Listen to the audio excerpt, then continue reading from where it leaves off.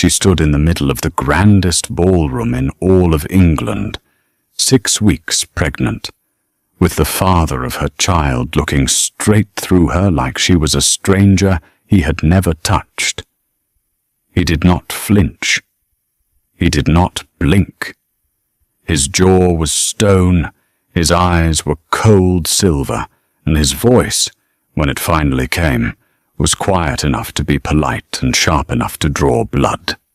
"I'm afraid you are mistaken, Miss Calloway. I have no idea who you are." The music did not stop. The chandeliers kept burning. The guests kept laughing and spinning in their silk and pearls. But for Ivory Calloway, the entire world cracked open right there on the marble floor of Ashenvale Palace, because the man who had whispered her name in the dark, who had pressed his lips to her temple and called her his undoing, was now denying she had ever existed. And she was carrying his child.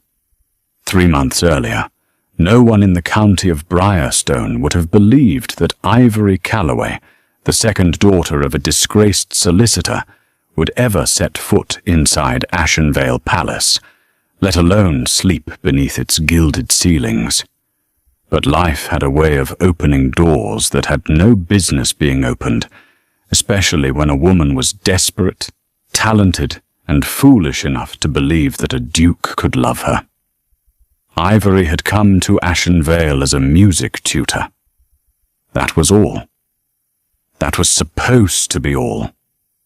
She had been hired through a letter bearing the crest of the Duchess Dowager herself, a sharp-tongued woman named Lady Miriam Cavendish, who had reportedly gone through 4 music tutors in 2 seasons and dismissed every single one for being either too timid or too proud.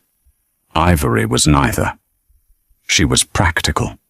She had learned early that survival in a world that had stripped her family of its name and fortune required a certain kind of steadiness, the kind that did not buckle under a cold gaze or a cutting remark. She arrived at Ashenvale on a Tuesday in late October, when the elm trees lining the long stone path to the palace had turned the colour of dying fire. She had 1 trunk, 2 music books, a borrowed cloak, and a letter of introduction that her mother had pressed into her hands with trembling fingers and red eyes. "Do not embarrass us," her mother, Mrs. Lenora Calloway, had said at the door of their narrow rented house in the village of Fenwick. "Do not give them reason to send you home early. We cannot afford another season without your income." Ivory had kissed her mother's cheek and promised nothing beyond her best effort. What she had not promised, what she could not have known to promise, was that she would keep her heart out of it. The palace itself was everything the stories said it was. Enormous. Cold in the way that only ancient stone can be cold, carrying the chill of centuries in its walls. The entrance hall alone was larger than the entire ground floor of the Calloway house, with portraits stretching 2 floors high and a staircase wide enough for 8 people to walk side by side.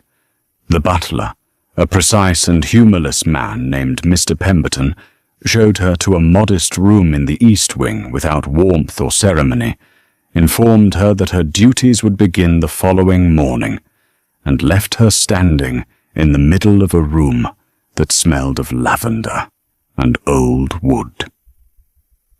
She had barely unpacked her trunk when the door opened without a knock. She turned, was expecting a housemaid or perhaps a footman with instructions about the morning schedule. What she did not expect was the man who stepped into her doorway. He was tall. That was the first thing she noticed, because he filled the frame of the door in a way that made the room feel smaller. He wore a dark riding coat still damp at the shoulders from the rain outside, and his dark hair was pushed back from his forehead to in a way that suggested he had done it himself without much thought. His eyes were the most unusual thing about him. They were a pale, clear grey, almost silver, and they moved over her with the kind of sharp attention that made her feel as though she were being read. She did not know yet that those eyes belonged to Dorian Cavendish, the 5th Duke of Ashenvale. "You are the new music tutor," he said. It was not a question. "I am," she replied, because she had learned not to shrink under direct attention. "And you have entered my room without knocking." He blinked. It was a very small reaction, but she caught it, and later she would understand that it was the first time in recent memory that anyone inside Ashenvale had said something that genuinely surprised him. "You are correct," he said, after a pause. "I apologize." Then he left. She stood for a moment in the silence he left behind, heart beating a little faster than she wanted to admit, and told herself firmly that it meant nothing. It meant nothing for exactly 4 days. Her official charge was Lady Constance Cavendish, Dorian's younger sister, a girl of 17, who had the fingers of a natural pianist and the attention span of a sparrow. Constance was not difficult, for she was lively and impulsive, and prone to asking questions that had nothing to do with music, and Ivory found herself genuinely fond of the girl within the first week. "My brother watched you play yesterday," Constance announced one morning during their lesson, as though she were reporting a weather forecast. Ivory kept her eyes on the sheet music. "Did he?" "He stood in the corridor for nearly 20 minutes. I saw him through the reflection in the window." Constance played a careless scale. "He never watches the tutors. He usually ignores them entirely. He ignored the last one so thoroughly that the poor woman thought she had become invisible." "I imagine he simply passed by," Ivory said evenly. Constance gave her a look that was far too knowing for 17. "My brother does not simply do anything." She would learn that was true, for the household of Ashenvale was a world of its own, with its own rules and rhythms and tensions. Besides the Duchess Dowager, Lady Miriam, who reigned over the household with brittle authority, and a lorgnette she wielded like a weapon, there was Dorian's cousin, Lord Felix Cavendish, a charming and irresponsible man of 25, who gambled too much and laughed too easily.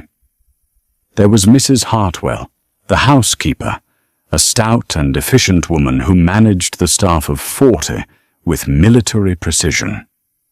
There was Dr. Aldous Fenn, the family physician, a kind-faced older gentleman who visited weekly and always brought sweets for Constance. And there was Lady Portia Stanhope, a frequent guest who had been quietly understood by the whole of Briarstone society to be Dorian's future Duchess. Lady Portia was beautiful in the cold, or architectural way that certain women achieve when they have been raised entirely to be looked at. She had ivory skin and dark auburn hair, and a way of occupying a room that made everyone else feel slightly out of place. She was not cruel, exactly. She was simply certain of her position, the way a marble column is certain it belongs where it stands, and she looked at Ivory the way a person looks at furniture. Present, functional, not worth addressing directly. Ivory did not dislike her. She understood her, and she was careful, in those early weeks, to stay precisely within the boundaries of her role. But boundaries, she was discovering, had a way of shifting inside Ashenvale. It began with the library. She had asked Mr. Pemberton on her third evening whether she might borrow a book from the library to read before sleep. He had granted permission, with the warning that the east section of shelves was private, and she was not to touch those volumes. She had agreed without question, and gone in the following evening after dinner, when the house was quieting, and the fire in the library grate was burning low. She had been there for perhaps half an hour, seated on the floor near the window, with her legs folded beneath her, and a volume of historical correspondence open in her lap, when she heard the door open. She looked up. Dorian stood in the doorway, still in his dinner clothes, cravat loosened, holding a glass of brandy. He stared at her. "The floor," he said. "It is the warmest spot near the fire," she said. He was quiet for a moment. Then, instead of leaving as she expected, he crossed the room and sat down in the armchair nearest to her. He did not speak, or he simply opened the book he had carried in and began to read. She watched him for a moment. He did not acknowledge her watching. She looked back at her own book. They read in silence for over an hour. When she finally rose to leave, he said, without looking up from his pages, "You may use the library whenever you wish, including the east section." She paused at the door. "Why?" He looked up then. Those silver eyes found her in the low light.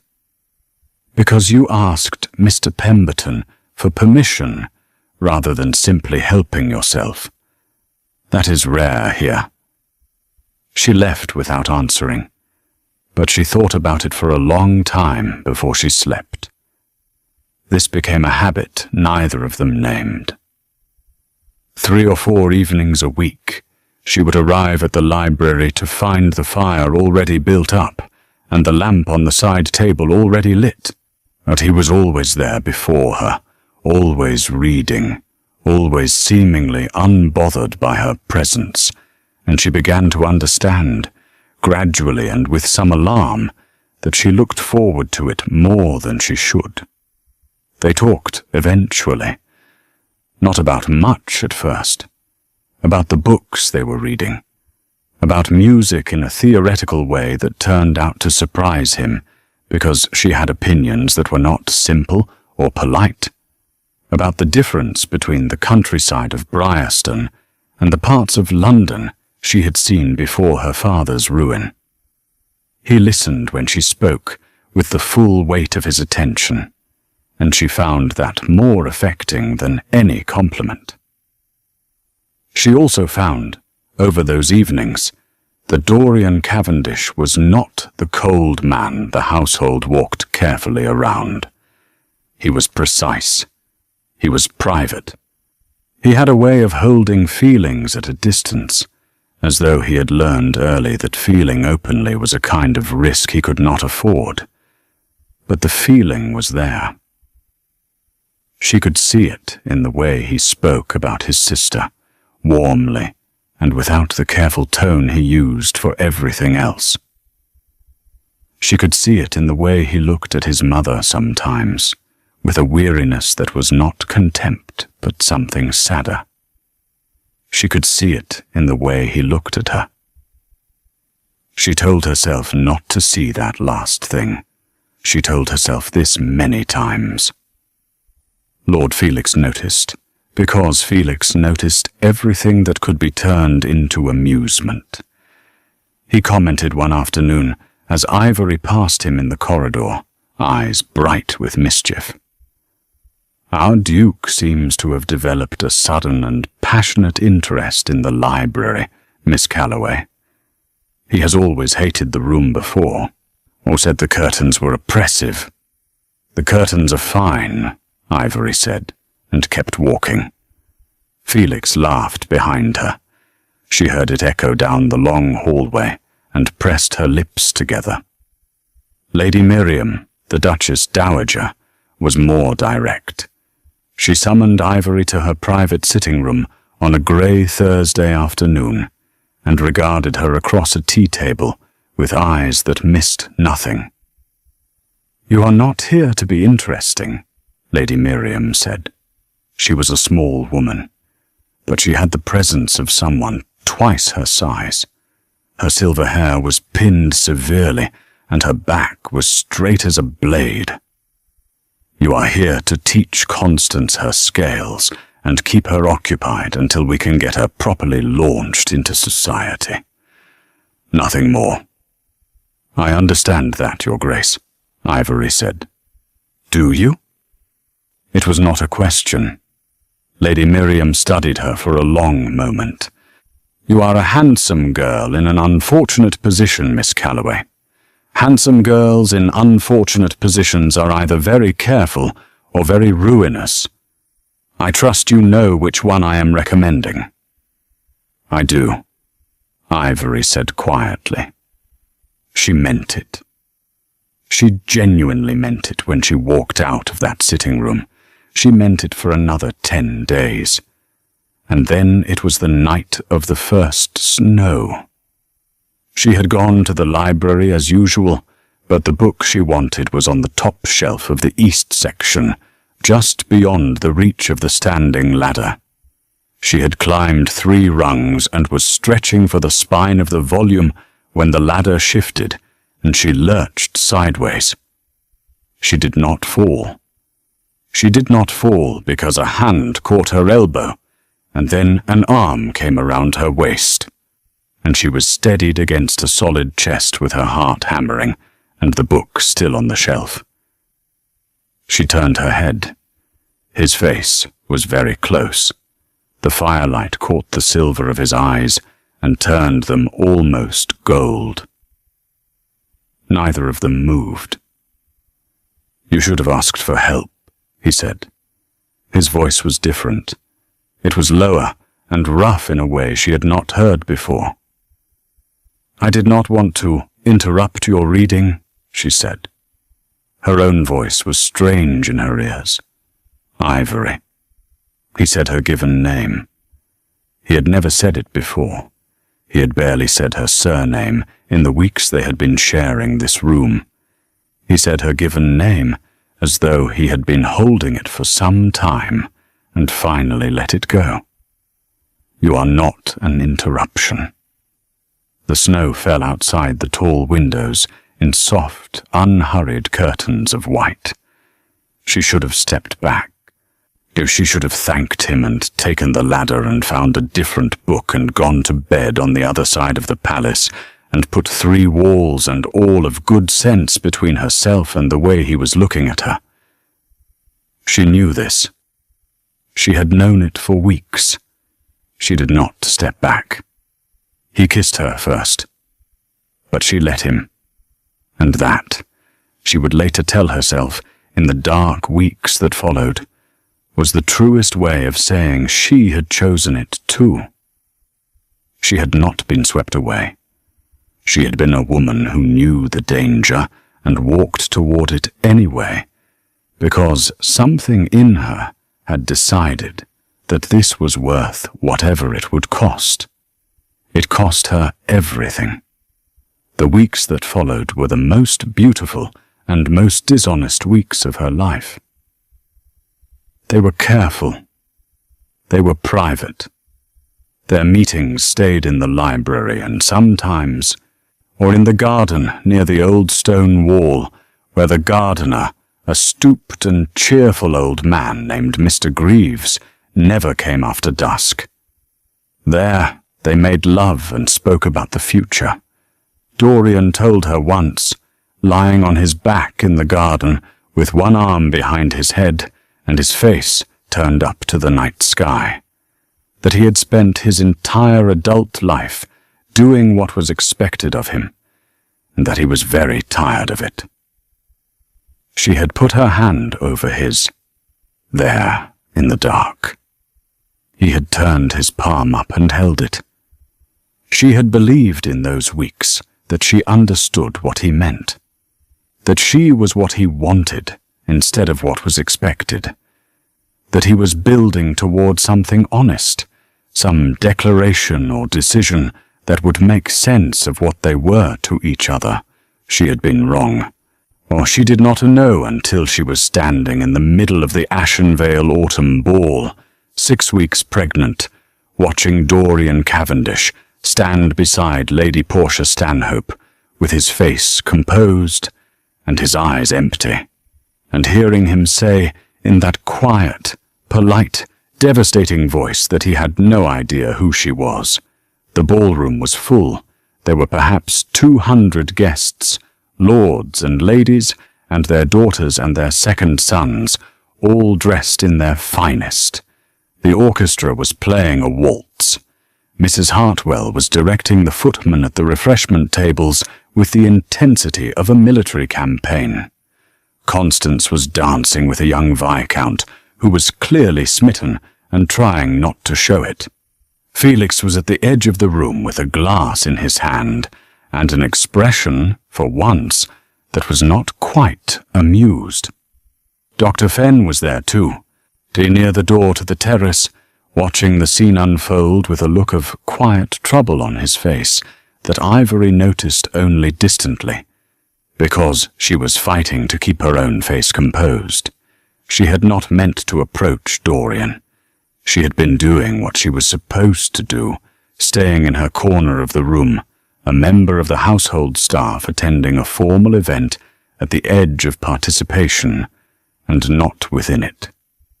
But Lady Portia had crossed toward her first, not with hostility, but with a curiosity that had sharp edges, and she had addressed Ivory in a carrying voice that drew attention. "Miss Calloway, is it not? Constance's music teacher? I was just telling His Grace that Constance has been playing beautifully lately. Isn't that so, Dorian? Didn't you say something like that?" And Dorian had turned. He had looked directly at her, and his face had done nothing. Not a flicker. Not a breath of recognition. Not even the ghost of the man who had held her hand under the stars. "I'm afraid I don't recall the name," he had said. "Miss Calloway, you said? I don't believe we have met, have we?" That was when the world cracked. She stood very still. The music played on. Lady Portia looked between them with a small, satisfied smile that she was too polished to let fully form. Somewhere across the room, Felix had gone very quiet. Ivory Calloway was 6 weeks pregnant, standing in a room full of people, and the man who had made her that way was looking through her like glass. She dipped a curtsy. Her legs were steady. She did not know how. "My mistake, Your Grace," she said. "I must have been confused." She walked to the edge of the room. She found the nearest door. She went through it into the cold corridor beyond, and she stood there against the wall in the dark, with her hand pressed flat against her stomach, and her breath coming in slow, controlled measures, and she made herself a promise. She was not going to fall apart. Not here. Not tonight. Not where any of them could see it. Whatever came next, she would face it standing up. The cold corridor outside the ballroom smelled of candle wax and stone. Ivory stood with her back pressed to the wall, eyes fixed on the opposite side of the passage, where a portrait of some long-dead Cavendish ancestor stared down at her with the same blank authority she had just seen on Dorian's face. She breathed. Once. Twice. A third time. She was not the kind of woman who wept in corridors. She had not wept when her father's debts were read aloud in a solicitor's office, while her mother sat rigid beside her. She had not wept when they moved from their proper house in Fenwick's Good Street to the narrow rented one at its edge. She was not going to weep now, in the dark outside a ballroom where 200 people were laughing and dancing and drinking champagne because a duke had decided she was nobody. She pushed herself off the wall and walked. The east wing of the palace was quiet at this hour. The housemaids had finished their evening rounds, and the footmen were all deployed in the ballroom. Her footsteps were the only sound in the corridor, until they were not, because someone was behind her, moving fast. She did not turn around. "Miss Calloway!" The voice was Felix's. Lord Felix Cavendish, reaching her in 3 long strides and falling into step beside her with none of his usual lightness. "Stop, please." "I am going to my room, my lord," she said evenly. "I have a headache." "You don't have a headache," he said. "You're furious and frightened, and you are being remarkably composed about both, which frankly makes me more worried, not less." She stopped walking. She turned to look at him. In the low light of the corridor lamps, Felix looked younger than usual, and for the first time since she had met him, he looked genuinely uncomfortable. "What do you want, Lord Felix?" she asked. He was quiet for a moment, which was unusual enough that it held her attention. Felix was a man who filled silences automatically, by reflex, with wit or mischief or a well-placed observation, or standing still and quiet in a corridor was not natural to him. "I want you to know," he said finally, "that what just happened in that room was not simple, and that my cousin is not a simple man, whatever his face has suggested tonight." "He looked simple enough," she said. "He looked at me like I was a chair." Felix flinched. "Yes, he did. And I cannot explain it to you in a way that makes it acceptable, because it is not acceptable. But I am asking you not to do anything tonight. Not to leave. Not to make any decisions while the ballroom is still full and half of Briarstone society is 40 feet away." She looked at him for a long moment. "Why do you care, my lord?" "Because," Felix said, and the lightness was entirely gone from his face now. "I have known Dorian Cavendish my entire life, and I know the difference between a man who feels nothing and a man who is doing something deeply stupid for a reason he thinks is sufficient." He paused. "I am not defending him. I am asking you to wait 24 hours before you burn anything down." She did not answer him. She turned and continued walking to her room, but she did not pack her trunk that night. She lay on the narrow bed in her east wing room and stared at the ceiling and placed one hand on her stomach in the dark. 6 weeks. She had confirmed it herself 3 days ago, visiting the village apothecary in Fenwick on her half-day off, under a false name, with her heart beating so hard she had been afraid the woman behind the counter could hear it. The apothecary, a practical woman named Mrs. Croft, so I had asked no uncomfortable questions and given her a small bottle of tonic for the nausea, with a look that said she had seen this particular situation before. 6 weeks. A secret that would not keep much longer. She had told no one. She had carried it alone for 3 days, telling herself she would speak to Dorian when she found the right moment, when she could be sure of how he would respond, when she had some sense of what they were to each other, beyond the wordless and beautiful and unnamed thing that happened in libraries and cold gardens. Now she had her answer about what they were to each other. Nothing. According to him, they were nothing.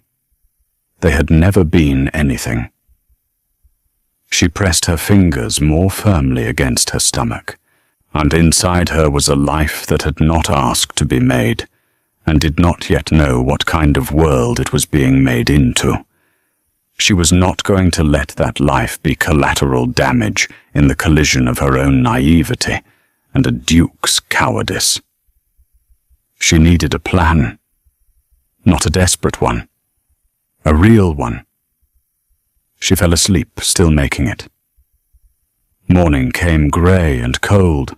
She rose early, dressed carefully, and went to give Constance her lesson, as though the previous evening had been entirely unremarkable. Constance was quieter than usual, which was itself remarkable. The girl sat at the piano and played her assigned pieces without her usual commentary, and Ivory watched her from the corner of her eye and waited. "I saw what happened last night," Constance said finally, during a pause between pieces. Her voice was low, and her eyes were fixed on the keys. "I was near the refreshment table. I heard what he said." "It is of no consequence," Ivory said. "It is," Constance said sharply. She turned on the bench to face her. Her young face was flushed with feeling. "It is of every consequence. I don't know what is between you and my brother, and I will not pretend I haven't noticed things over these past weeks, because I have, and I am not stupid. But what he did last night was wrong. It was cruel, and I want you to know that I know that." Ivory looked at the girl she had grown genuinely fond of, this impulsive, warm-hearted girl who was nothing like the cold palace she had grown up in, and felt something loosen painfully in her chest. "Thank you, Constance," she said quietly. "Now play the Clementi again, please. Your left hand is rushing." Constance turned back to the piano, but before she played, she said very quietly, "Don't leave, not yet. Please." Ivory said nothing, but something in Constance's voice added weight to Felix's words from the night before, and she found herself, against every sensible instinct, deciding to wait. She did not have to wait long. He came to the library that evening. She was there, sitting in her usual spot near the fire, not reading, just sitting, with her hands folded in her lap, and her mind running in careful circles. She heard the door. She did not look up. He crossed the room and stood in front of her. She looked up at him then, because she refused to manage this from a position of avoidance. Dorian Cavendish looked like a man who had not slept. The silver eyes were shadowed, and his jaw was set with the particular rigidity of someone holding themselves together by will alone. "I owe you an explanation," he said. "You owe me more than that," she replied. He sat down across from her. He did not reach for her, did not attempt any softness. He sat with his elbows on his knees and his hands clasped and his gaze direct. "Last night was not what it appeared to be," he said. "It appeared," she said, "to be you looking me in the eye and telling a roomful of people that I do not exist. I know what it appeared to be." His voice was tight. "And I know there is no version of this explanation that sounds adequate, but I need you to hear it." "Then speak," she said. He was quiet for a moment, as though arranging something in order. "What, there are people in that room last night who are watching me very carefully," he said at last. "Not guests, specific individuals. My mother has been in correspondence with Lord Stanhope, Portia's father, for 2 years about a formal arrangement. The papers are not signed, but they are close. And Lord Stanhope has made it explicitly clear that any breath of impropriety on my part before the signing will cause him to withdraw entirely. I see, she said, very carefully. There was a man at the ball last night. Mr. Neville Pratt. He is a solicitor in Lord Stanhope's employ, and he was there specifically to observe. My mother warned me an hour before the ball that he would be present and reporting back. Dorian's jaw tightened further. If I had acknowledged you, Ivory, with any warmth, of any recognition beyond what a duke gives a member of his household staff in a public setting, it would have reached Stanhope's ears before morning. She let that sit for a moment. And so you decided the solution was to pretend I am a stranger. I decided in 10 seconds with no good options available, he said, and the first crack appeared in his careful composure. I made a choice I am not proud of. You made a choice, she agreed, and the choice tells me a great deal. It tells you I panicked, he said. It tells me, she said, that when the pressure arrived, you chose the arrangement over me. Before I could even become a problem. Before I had said or done a single thing to create difficulty. She paused. What does that tell you, Dorian? The fire crackled. He said nothing, but she saw something move behind his eyes, and something raw and uncomfortable that he was not managing to flatten. I need to tell you something, she said. Her voice was steady.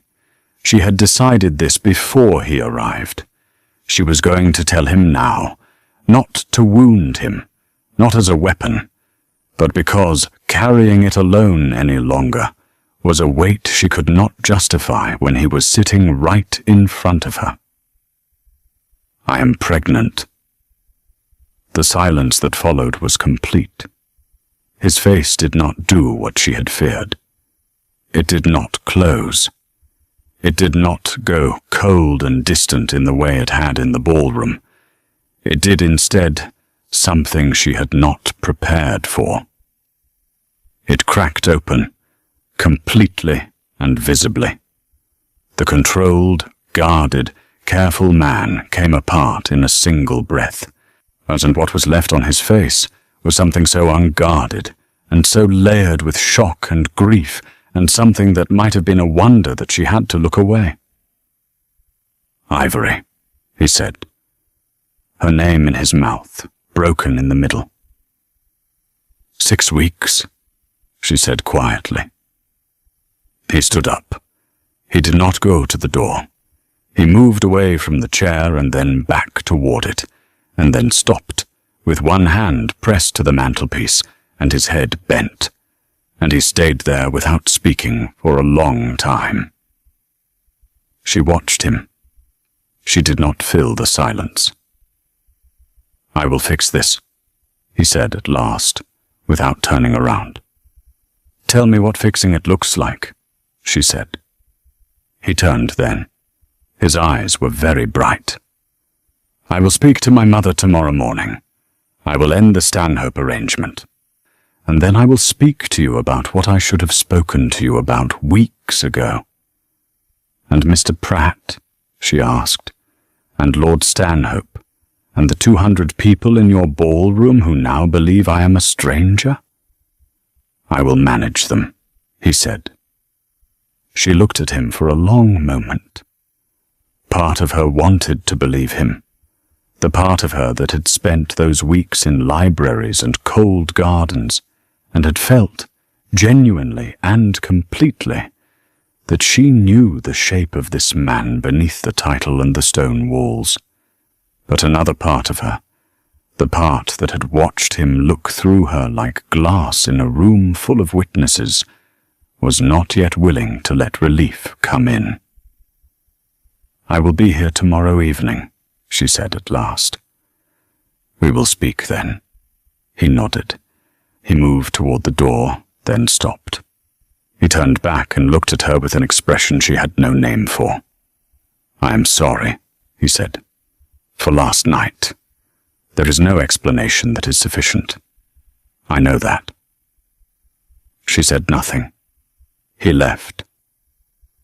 She sat by the fire alone for a long time, and told herself very firmly not to feel hope. But it came anyway, small and stubborn, like the first light through a curtain she had not meant to open. He did not come to the library the following evening. She waited.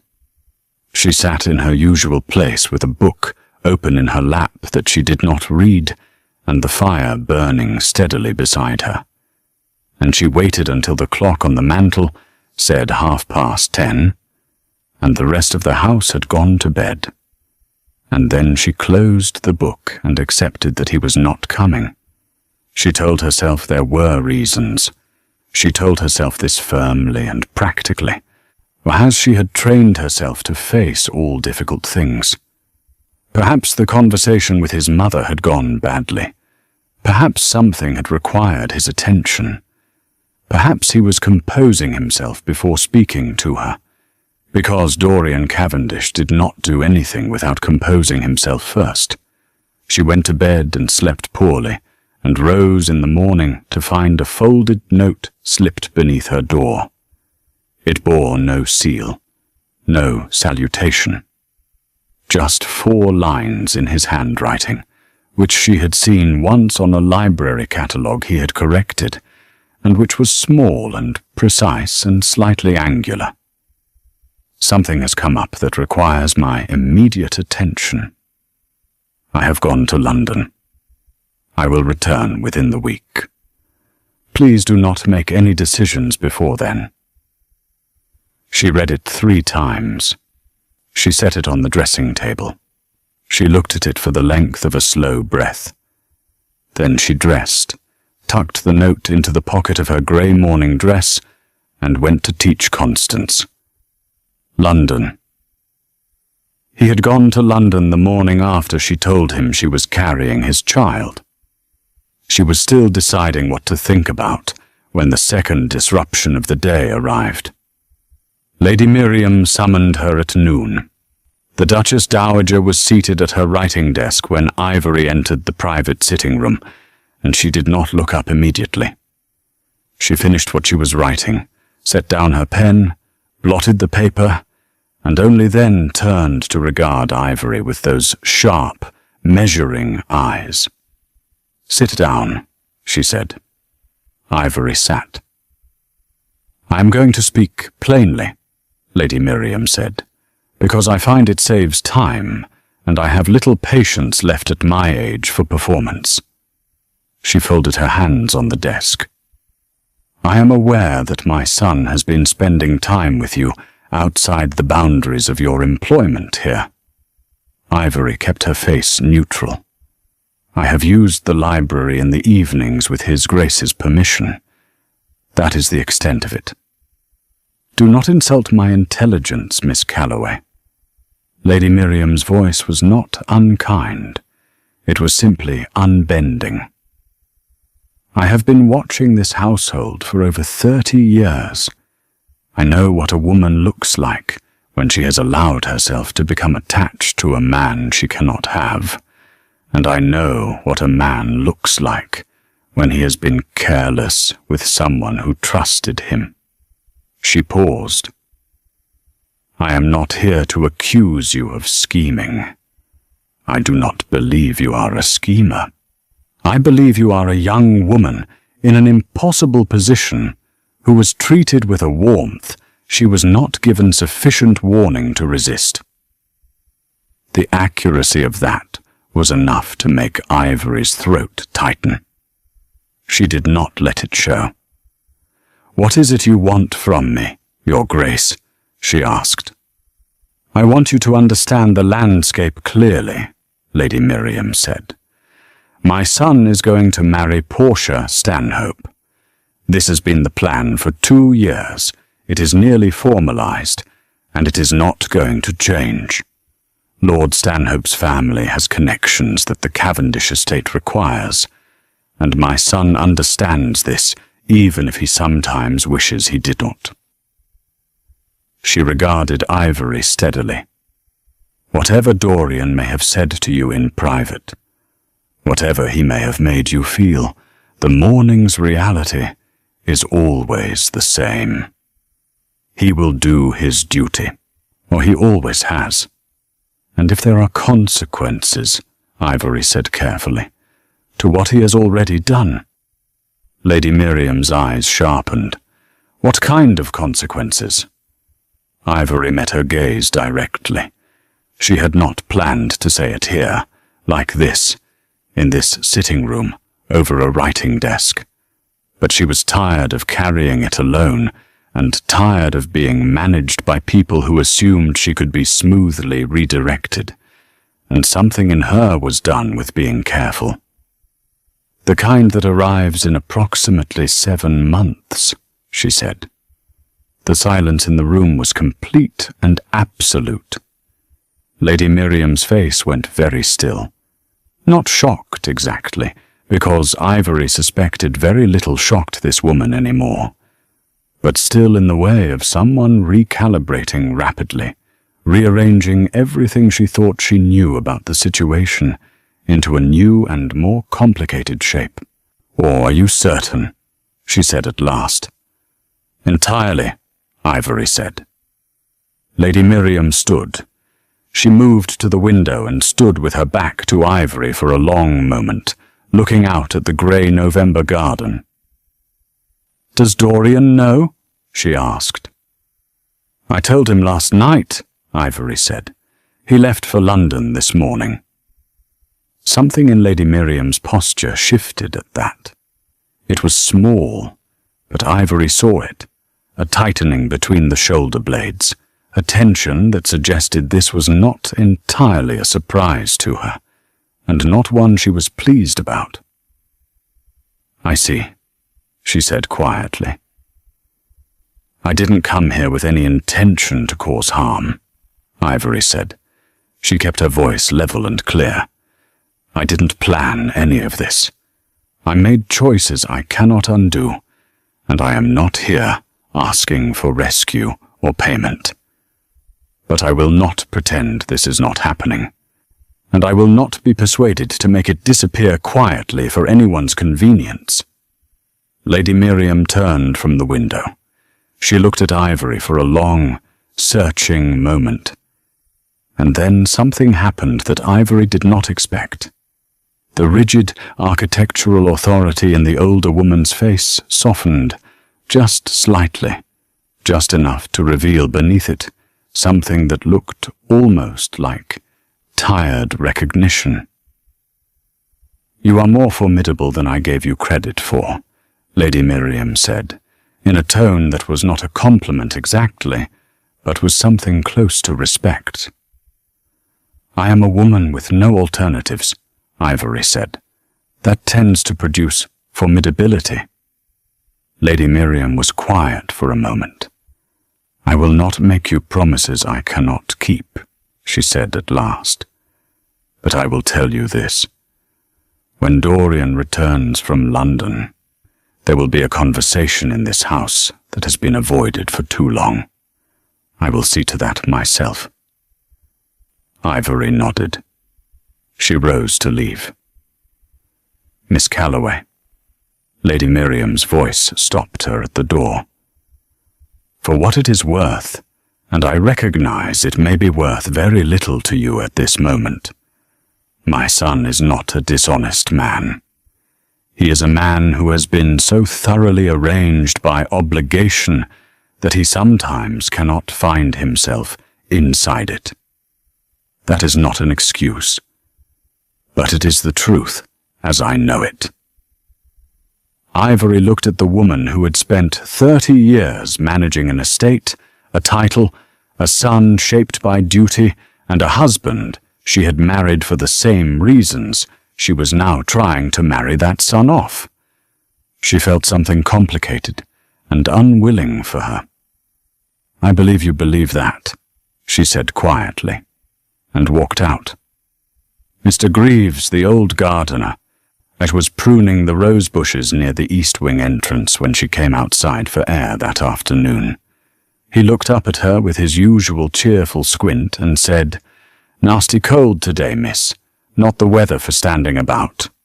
"I needed air," she said. "Aye," he said agreeably. He snipped a dead branch with his shears. "I find when things are complicated indoors, the outdoors helps. Not because it fixes anything, just because the sky doesn't care about your troubles, and there's something restful in that." She looked at him. "Are you wise, Mr. Greaves, or are you simply old?" He grinned, showing a gap between his front teeth. "In my experience, miss, the two are mostly the same thing." She almost smiled. It was the closest she had come to it in 2 days. Felix found her in the garden 20 minutes later, which told her he had been looking. He came down the stone steps with his hands in his pockets, and his collar turned up against the cold, and fell into step beside her without asking. "My aunt summoned you this morning," he said. "She did. And how did that go?" "She was direct and practical, and almost kind," Ivory said. "It was worse than if she had been simply cold." Felix exhaled. "She knows, doesn't she?" It was not quite a question, but she answered it anyway. "Yes." He was quiet for a few steps. "Dorian told me once, years ago, that the problem with duty is that it sounds noble until you are actually inside it. Then it just feels like a cage someone built for you before you were old enough to know you didn't want to live in it." He paused. "I am not trying to excuse him, but I just think you should know he is not untouched by all of this." "He went to London," she said flatly. "He went to London to see a man named Mr. Aldridge," Felix said, and his voice was careful now, deliberate, as though he had decided to give her something specific. "Thomas Aldridge. He is a barrister, and not the kind you hire when you are formalizing an engagement with the Stanhopes." She stopped walking. She turned to look at Felix. His expression was even, but his eyes said he wanted her to understand something. "What kind of barrister is he?" she asked. "The kind," Felix said quietly, "who specializes in contracts that need to be unmade." She stood in the cold garden and let that settle over her. This small, uncertain, inconvenient piece of information that refused to be ignored. She thought about what Lady Miriam had said, that Dorian was not a dishonest man, that he was a man lost inside his obligations.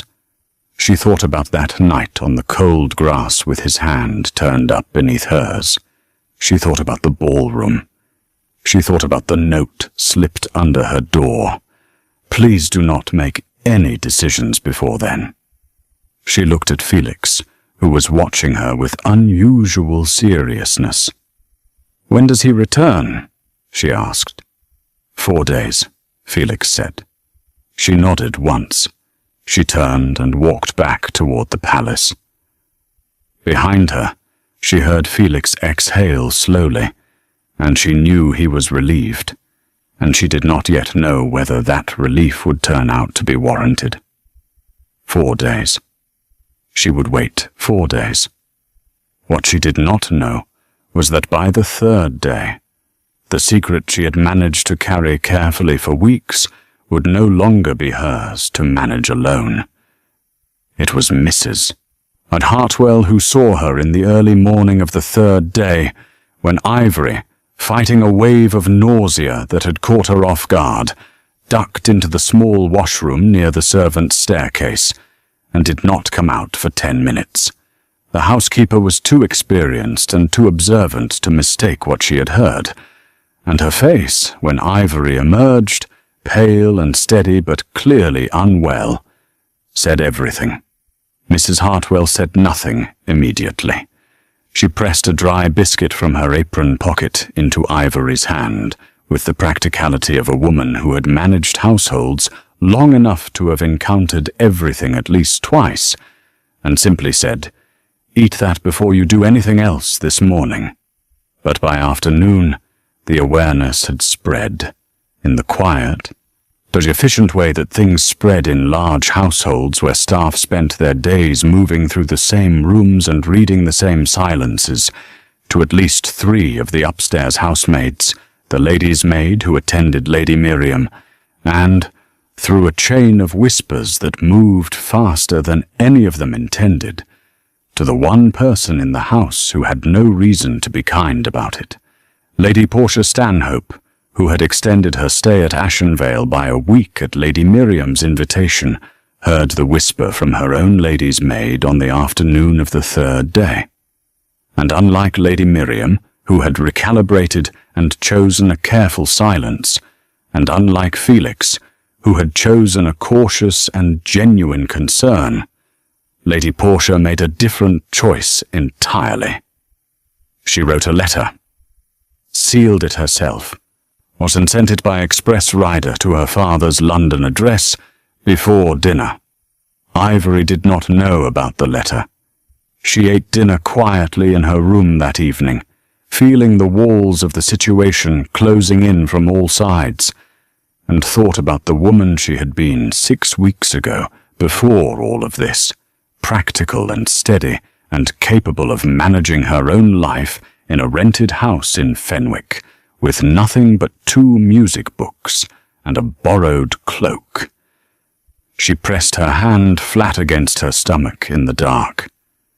She was still that woman. She told herself this clearly and specifically. Whatever came next, she was still her. One more day.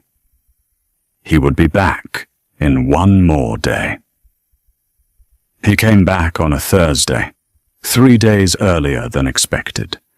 Ivory heard the sound of horses in the front court from her window in the late afternoon, and looked down to see Dorian's dark travelling coach pulling through the gates with its lamps lit against the early dusk. She watched him step out, watched him speak briefly to Mr. Pemberton at the entrance, watched him glance up at the palace facade with the expression of a man steeling himself for something he has been building toward the entire journey. He did not come to her immediately. She had not expected him to. He would need to change, to deal with whatever waited for him in his study, to re-establish himself in the house before seeking her out. She understood his rhythms by now, even if she was no longer sure she trusted them. She was in the middle of Constance's evening lesson when the knock at the music room door came. Not Dorian. Felix, leaning in the doorway with an expression that was trying and failing to be casual. "Constance," he said, "your mother is asking for you in the drawing room." Constance made a face. "Right now?" "Right now," Felix confirmed, with a meaningful look that Constance, for once, caught and didn't argue with. She rose from the piano bench, gave Ivory a look that communicated both apology and nervous encouragement, and followed her cousin out. Dorian appeared in the doorway 30 seconds later. He had changed from his travelling clothes into a dark coat and waistcoat, but his cravat was not as precisely tied as usual, and there was still a trace of the road's exhaustion around his eyes. He stepped into the music room and closed the door behind him. Then they regarded each other across the length of the room, with the piano between them, like a very formal and slightly absurd piece of furniture. "You are back early," she said. "I finished what I needed to do," he said.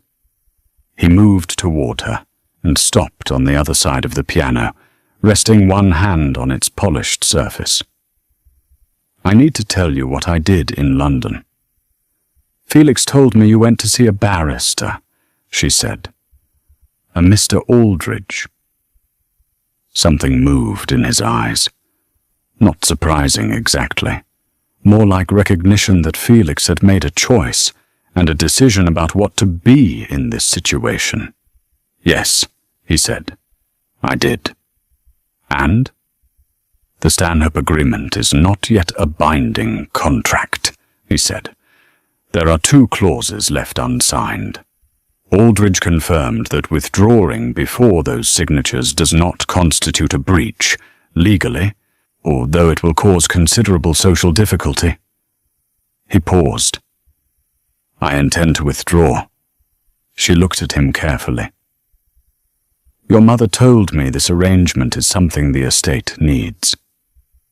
"The estate needs financial stability," he said. "Lord Stanhope's connections are one route to it. They are not the only route. I had allowed myself to believe they were because it was convenient to believe it." His jaw tightened slightly. "I was wrong about that, as I have been wrong about other things." "Dorian," she said, and his name in her own mouth felt like something she had been careful not to use too freely. "I need to understand something. Are you doing this because of the child?" "I am doing this," he said, "because I have been doing the wrong thing for the wrong reasons for years, and I am done with it." He met her eyes directly. "But the child changes the urgency. It does not change the direction." She studied his face. She was looking for the performance, for the careful management she had seen in the ballroom, for the man who chose the easier story when the harder one cost him something. She did not find it. What she found instead was the man from the library and the cold garden, stripped of his composure and standing in a music room with his hand on a piano and his eyes completely unguarded. "There is something you don't know yet," she said. He waited. "Lady Portia has written to her father," she said. "I found out an hour ago from Constance, who overheard the lady's maids." She watched his face process this. "Whatever you are planning to do in terms of timing and sequence, I think the sequence has been decided for you." He was silent for a moment. Then he said, or very quietly, "How much does Stanhope know?" "Enough," she said. "Possibly everything." He stepped around the piano. He came toward her and stopped close enough that she could see the detail in those silver eyes, close enough that she could feel the warmth of him in the cool room. He did not reach for her. He stood in front of her and looked at her with an expression that was careful and raw at the same time. "I will speak to my mother tonight," he said. "I will send word to Stanhope myself before his letter can become a weapon. And I will make this right." "You keep saying that," she said softly. "Making it right? What does right look like to you, specifically? Because I need you to say it plainly. Not in the way you say things in libraries in the dark. In the daylight, plainly." He was quiet for a breath. Then he said, "But I want to marry you." 3 years ago, as a girl in Fenwick with a father who still had a name and a future that still had a shape, she might have received those words with uncomplicated joy. She was not that girl anymore. She was a woman who was 6 weeks pregnant in a palace where the servants knew her secret, and a titled woman had just sent a letter designed to detonate everything, and she had learned, very recently, that this man had the capacity to look through her in a room full of people. "I need you to mean that more than you need it to solve a problem," she said. "I know," he said. He did not look away. "I mean it before the problem. I have meant it for longer than I have let myself say." She looked at him for a long, measuring moment. She thought about the corridor on the night of the ball, the note under the door, of the cold garden, the library fire, the way he had said her name the first time, as though he had been holding it. "Speak to your mother," she said at last. "Tonight. Then we will talk again." He nodded. He turned to go. Then he stopped and looked back at her and said in a voice that had no performance in it at all, "I know I made you doubt me. I am going to spend a considerable amount of time fixing that." She did not answer. But she watched him go, and something in her chest, guarded and stubborn, and not quite ready to open, shifted a fraction. The house gathered around its tensions that evening, like a body around a wound. Lady Miriam received Dorian in her private sitting room at 8 o'clock. Ivory could not hear the conversation. But Constance, who had the extremely convenient habit of sitting in the corridor outside rooms where important things were happening, reported to Ivory afterward with wide eyes and a breathless delivery that the meeting had lasted over an hour, that voices had been raised at least twice, and that when Dorian finally emerged, he had looked like a man who had come through something difficult, but was still standing. Lady Portia appeared at dinner with the composure of a woman who has played a card and is waiting to see the board reset. She spoke pleasantly about London fashions and the likelihood of a cold winter, and whether the Hartforth musical would be well attended this year. She did not look at Ivory, who was not at the formal dinner table, but took her meal in her room and heard the tone of the evening through Constance, who visited afterward, still wearing her dinner dress and carrying 2 pieces of shortbread wrapped in a napkin. "She knows everything," Constance said, sitting cross-legged on the foot of Ivory's bed without ceremony. I could tell from the way she was smiling. People with information smile like that, like they are holding something heavy and enjoying the weight. "She has sent a letter to her father," Ivory said. Constance's eyes went very large. "Then it will be chaos by morning." "Probably," Ivory agreed. Constance was quiet for a moment, picking at the edge of the napkin. Then she said, "Are you frightened?" Ivory considered lying and saying something practical and composed, but she was tired, and this girl had been more honest with her than most people in this palace had managed, and honesty deserved honesty. "Yes," she said, "but not in the way you might think. I am not frightened of the scandal. I am frightened of making the wrong decision, of letting fear push me toward something or away from something I haven't fully understood yet." Constance looked at her. "Dorian told Felix tonight that he intends to announce it, the engagement, formally, before Stanhope can use the letter." Ivory's breath stilled. "He said that? Felix told me himself. He said Dorian was the calmest he has seen him in years. Like he had made a decision, and the making of it had settled something." Constance paused. "Felix also said, and you must not repeat this, that he thought Dorian had been in love with you since approximately the 3rd evening in the library, and had been making himself miserable about it ever since, which is apparently very on brand for him." Ivory looked at the ceiling. Something moved through her that was too complicated to name simply. It was not happiness. Not yet. Because too much was still unresolved, and too much had already been broken and repaired imperfectly. But it was something. A possibility with a shape. She thought about the morning. Stanhope's response to Lady Portia's letter would reach the palace in hours. There would be chaos, as Constance had predicted, and she needed to be clear and steady when it came. There was one more thing she had not yet done. One conversation she had been avoiding, partly from practicality and partly from a pain she had not wanted to examine directly. She needed to write to her mother. She sat at the small desk in her room after Constance left, and drew out a sheet of paper and held the pen for a long time before she began.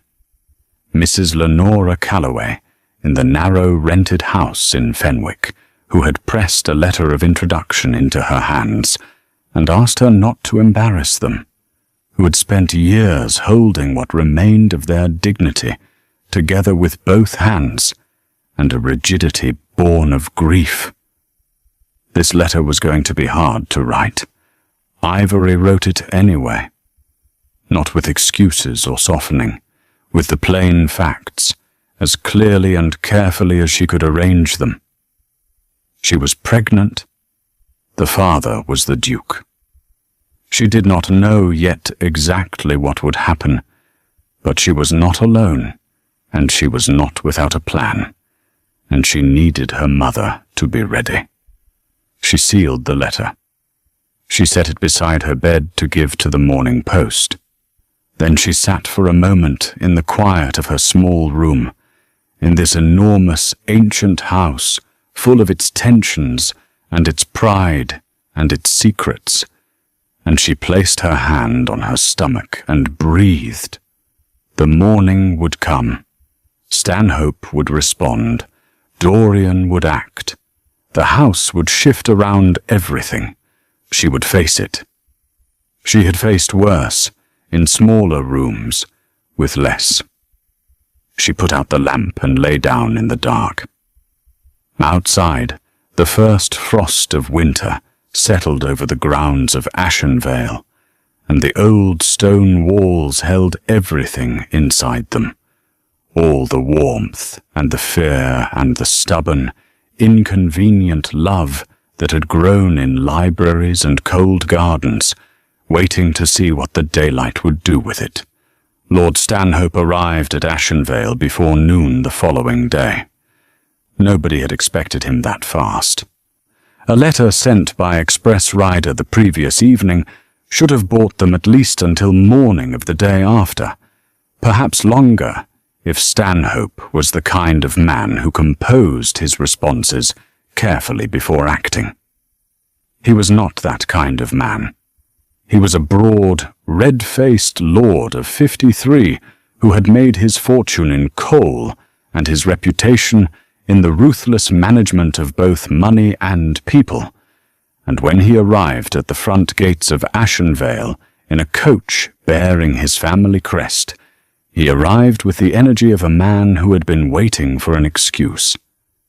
Mr. Pemberton received him at the door with the composed dignity of a man who had been trained never to look alarmed, regardless of what appeared on the front steps. He sent word to Dorian immediately.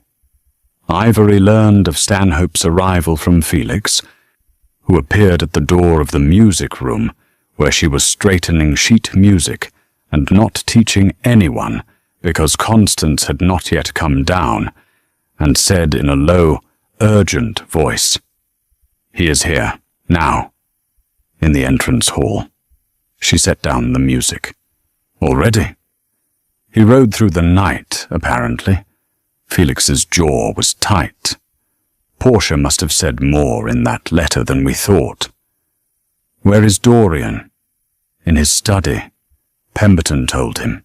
They are meeting in the front drawing room in 10 minutes. He paused. My aunt is with Stanhope now, running interference. But she can only hold that man's temper for so long before it boils over. Ivory nodded slowly. Then I will stay out of the way.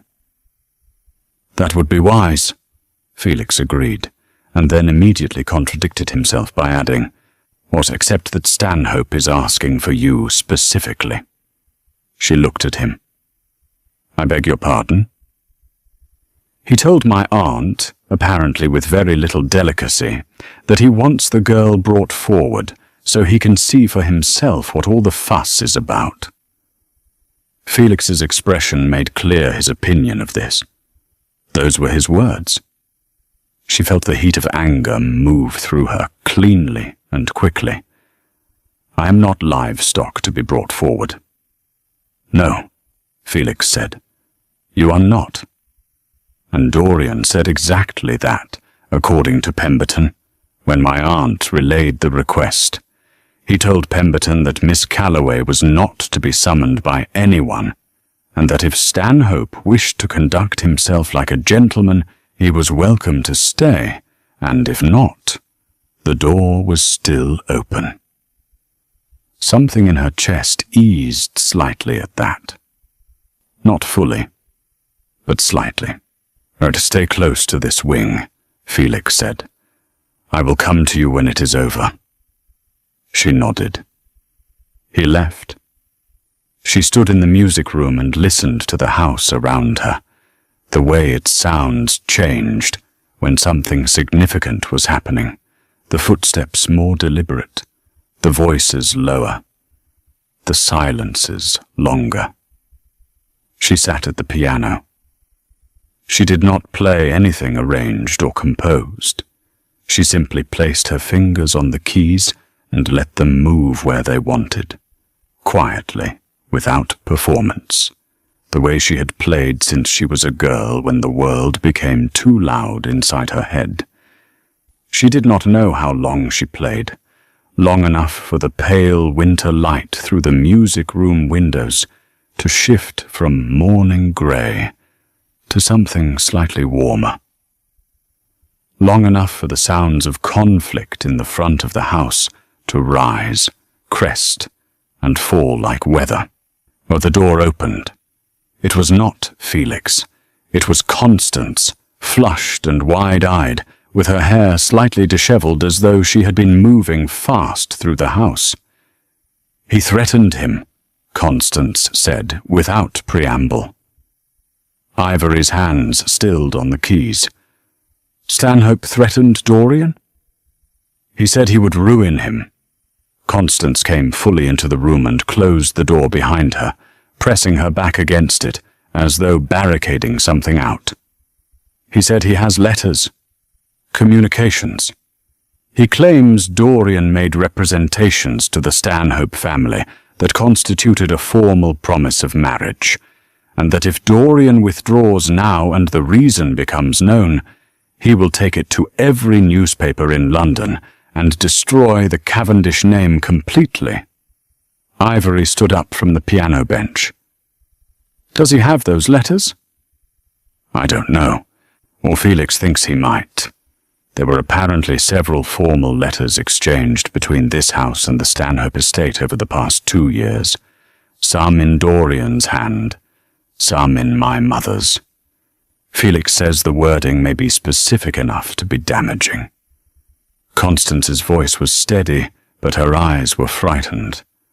"Dorian told him to do his worst." Ivory looked at her. "He said that?" "He said, apparently very quietly, that he would not be managed by threats, and that Lord Stanhope was welcome to publish whatever he liked." Constance pressed her lips together. Stanhope laughed. He said the Cavendish estate could not survive a scandal of this size, not with the debts it is already carrying, not in the current climate. He said Dorian had 1 week to reconsider before he went to the press. Ivory turned away and moved to the window. Outside, but the frost had not fully lifted from the garden, and the bare rose canes near the stone wall where she and Dorian had stood in the dark looked skeletal and stark in the winter light. She thought about what Lady Miriam had said, that the Stanhope connection was something the estate needed. She had allowed herself to set that aside in the warmth of Dorian's declaration in the music room the previous evening. But Stanhope was in the drawing room, with letters and a week's deadline, and the warmth of the previous evening suddenly had a very cold border around it. "What are the debts?" she asked. Constance hesitated. "Ivory." "Tell me." Constance came away from the door and sat in the chair near the piano. "My father, the late Duke, was not careful with money. He invested badly in the last years of his life and borrowed against the estate to cover the losses. Dorian has been managing the consequences since he inherited. He has reduced them considerably, but they are not gone." She paused. The Stanhope arrangement was not only about social connection. There was a substantial settlement attached to it, enough to clear what remains. Ivory absorbed this carefully. So without the Stanhope money, the estate continues under debt. For several more years at least, possibly longer. Constance looked at her hands. "I am not telling you this to persuade you toward anything.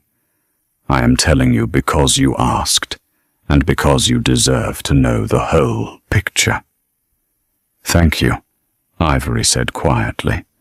She stood at the window and felt the full weight of the situation settle onto her, without drama or self-pity, or just the clear and specific heaviness of a problem that had multiple real dimensions, none of which were simple. She was carrying the heir to a duchy whose duke was prepared to choose her over the arrangement that would stabilize it financially. The arrangement was backed by a man who was now threatening to expose everything and destroy the name she would be marrying into. And the name she would be marrying into was the same name her child would carry, which meant that whatever Stanhope did to that name, he would be doing to her child's future too. She turned from the window. "Where is Dorian now?" she asked. "His study," Constance said. "Felix is with him." She nodded. She walked to the door. "Ivory." Constance's voice stopped her. The girl looked up at her with something between admiration and fear. "What are you going to do?" "I am going to speak to your brother," she said simply. "And then I am going to speak to Lord Stanhope." Constance's mouth opened. "You cannot be serious." "I am entirely serious," Ivory said, and walked out. The study was at the end of the south corridor, a room she had never entered, dark-panelled and smelling of leather and old paper. The door was not fully closed. She knocked once and pushed it open. Dorian was standing at the window with his back to the room. Felix was seated in one of the leather chairs with his arms folded and the expression of a man who had run out of angles. They both turned when she entered. Dorian's face, when he saw her, did something complicated and immediate.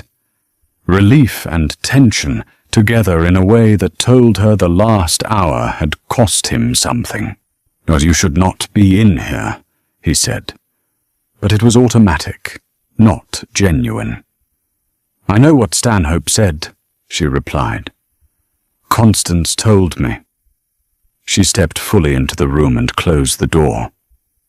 "I know about the debts, and the settlement, and the letters, and the week's deadline." He was quiet for a moment. "I was going to tell you myself." "You were going to protect me from it first, and then tell me the simplified version," she said, not harshly, just accurately. "I know the difference. I do not need protection from facts. I need to understand them." Felix made a very small sound that might have been admiration. Dorian looked at her for a moment with those silver eyes. Then, slowly, he nodded. "Sit down," he said. "Let me tell you all of it." He did. He stood at the window and told her clearly, and without softening, the full financial picture of the Cavendish estate, the debts, the interest, the years of careful management that had reduced but not erased them, the gap that the Stanhope settlement would have closed. He told her about the letters, 4 of them written over 2 years, 2 by Lady Miriam and 2 by himself, that contained language about intention and commitment that Aldridge had flagged as potentially binding in spirit, if not formally in law. He told her about Stanhope's contacts in the London press and his well-known appetite for revenge. He told her all of it, standing up, without looking away, and she sat and listened and asked 2 precise questions and said nothing else until he was finished. Then she said, "I want to speak to Stanhope." Both men looked at her. "No," Dorian said immediately. "Yes," she said, "because the problem right now is that he has come here expecting either submission or a fight, and you have given him a fight, which is what he wanted, because it gives him the narrative he needs. A duke behaving dishonorably toward a respectable family, that is the story he wants to tell." She paused. "I want to change the story." Felix leaned forward slowly. "I'm listening." "Lord Stanhope's threat depends on the scandal being damaging," she said. "It depends on my existence being the source of the damage. A disgraced solicitor's daughter, a secret pregnancy, a duke abandoning a noble family for nobody. That is the version he has." She kept her eyes on Dorian. "But I am not a nobody. I am the woman the Duke of Ashenvale intends to marry. And if that is stated plainly, publicly, but before Stanhope can frame it otherwise, the story changes. It becomes a love match. Irregular, yes. Unconventional, absolutely, but not scandalous in the way he needs it to be scandalous." The room was very quiet. "It is a risk," Felix said carefully. "Society does not always warmly receive love matches between dukes and women of lower stations." "No," she agreed, "but society receives them far better than it receives dukes who ruin girls and abandon them. And Stanhope knows that. His threat only works if we behave as though we have something to hide." She looked at Dorian directly. "We have nothing to hide, unless you are not certain." Dorian crossed the room in 3 steps and stood directly in front of her. He looked down at her with an expression that had no guard in it at all. "I am certain," he said. He said it the way he had said her name that first night, as though the holding of it was something he was done with. She held his gaze. "Then let me speak to him." A long moment passed. Then Dorian said to Felix, without looking away from her, "Tell Pemberton to bring Stanhope to the front drawing room." Felix stood up and went to the door. He paused with his hand on the frame and looked back at Ivory with an expression she would remember for a long time. It was the look of a man watching something brave happen and not quite knowing whether to be hopeful or terrified. "For what it is worth," he said, "I would not want to be Lord Stanhope right now." Then he went to get him. Lord Stanhope was not a man who intimidated easily. He had built a fortune in an industry that required the regular crushing of opposition, and he wore the confidence of that history in the way he occupied space, broadly, loudly, with the assurance of someone who expected rooms to rearrange themselves around him. He entered the front drawing room and stopped when he saw Ivory standing beside the fireplace. He had expected, she could tell, To find Dorian waiting with the solicitor, or perhaps with capitulation. He had not expected the music tutor. His eyes moved over her with the swift assessment of a man calculating threat level, and she saw the moment he decided she was not one. That was his first mistake. "Miss Calloway," he said, with the particular condescension of a man using a name as a diminishment. "I was not aware you would be joining us." "I asked to speak with you," she said pleasantly. "Thank you for accommodating me." He looked at Dorian, who was standing to her left, and back at her, and a thin smile formed. "I hope your Grace is not under the impression that bringing his little problem into the room will affect my position in any way." "His little problem," she said, keeping her tone entirely even, "is carrying the next heir to the Cavendish Duchy. I thought you might want to consider how your letter to the press reads when that fact is in it. A lord destroying the reputation of a pregnant woman and her unborn child in order to secure a financial arrangement he has already been lawfully released from." She tilted her head slightly. "That is also a story, Lord Stanhope. And I wonder which one London's drawing rooms will find more compelling." The thin smile stopped moving.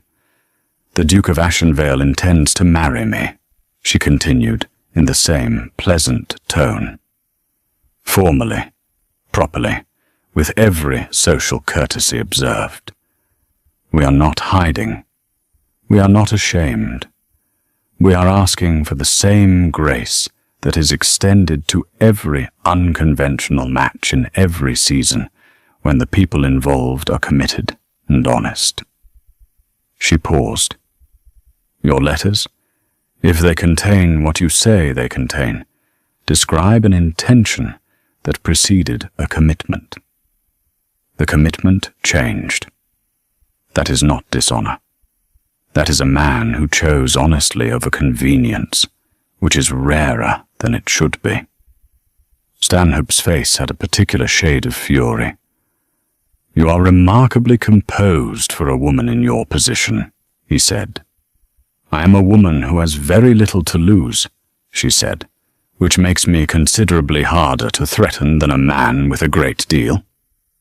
The silence in the room had the particular quality of a held breath. Stanhope looked at Dorian. "You would let a woman fight your battles." "Miss Calloway is not fighting my battles," Dorian said, quietly and without inflection. "She is expressing a view I share entirely. I have nothing to add to it, except that the door remains open, and the decision is yours." Stanhope stood for a long moment in the center of the drawing room. Something moved across his face, calculations and pride, and the specific anger of a man who had arrived expecting a surrender and found something else entirely.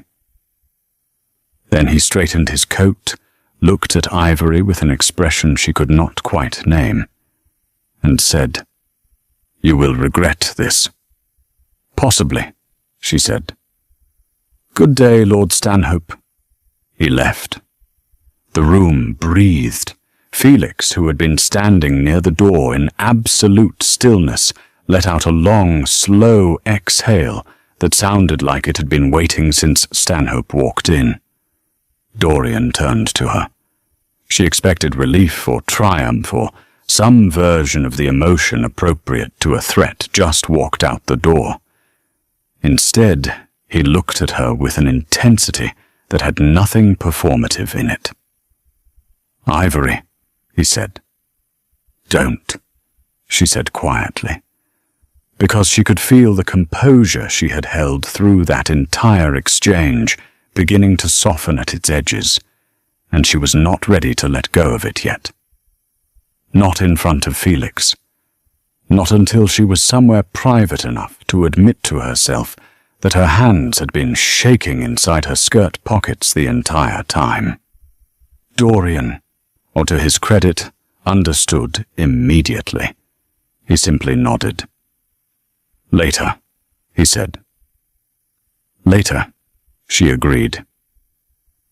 She walked out of the drawing room and into the corridor and kept her back straight and her pace even all the way to the east wing, and it was not until she was inside her room with the door closed behind her that she sat down on the edge of the bed and let her hands shake freely and pressed them flat against her knees, and breathed, and after a moment, very quietly, she laughed. It was not happiness exactly. It was something more like the release of a bowstring after a very long time of being held at full draw. Outside, Lord Stanhope's coach rolled back through the gates of Ashenvale and down the elm-lined road. Inside, the palace settled around her. Old stone and cold corridors and the distant sound of Constance playing something bright and fast on the piano in the music room, as though the house itself had decided the worst was over. It was not over. She knew that. Stanhope's departure was not a surrender. It was a retreat, and retreating men sometimes came back with larger weapons. But it was today, and today she was still standing. Stanhope's weapon arrived 11 days later, and it was not what any of them had expected. It was not a letter to the press. It was not a legal summons. It was not even a public declaration at a social event, which Felix had privately considered the most likely approach given Stanhope's taste for theatre. It was a woman. Her name was Mrs. Clara Vane, and she arrived at Ashenvale on a wet December morning in a modest hired carriage, unannounced, was asking for the Duke by name. She was perhaps 30, with a composed face and careful dark eyes, and the particular stillness of someone who has rehearsed what they are going to say many times before saying it. Mr. Pemberton, following standing instructions about unexpected visitors, sent word to Dorian before admitting her. Dorian received the name with a stillness that Mr. Pemberton later described to Mrs. Hartwell as the stillest he had ever seen. His Grace go, which was considerable given that His Grace was generally quite still to begin with. Ivory was in the library when Felix came to find her. He sat down across from her without his usual preamble, and looked at her with an expression that was carefully arranged and therefore not reassuring. "There is a woman here," he said. "Dorian knows her. Her name is Clara Vane, and she was, or until approximately 2 years ago, in correspondence with Dorian that was not entirely formal in nature." Ivory set down her book. She looked at Felix without expression. How not entirely formal? Enough that it ended before the Stanhope arrangement began, Felix said carefully. Dorian ended it. It was not a grand affair, from what I understood at the time.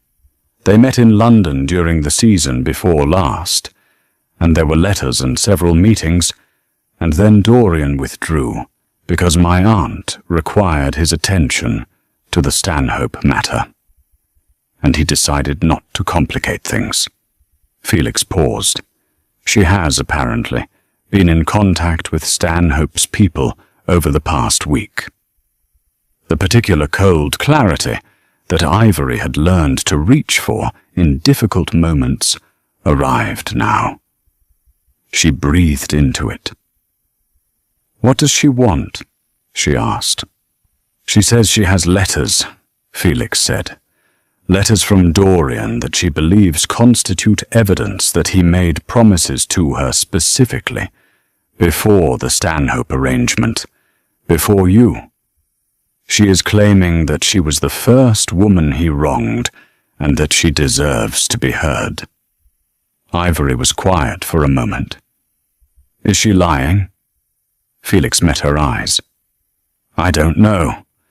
Dorian is speaking to her now in his study.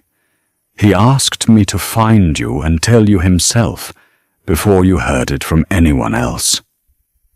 That was considerate, she said, and her voice was entirely level. She stood and went to the window.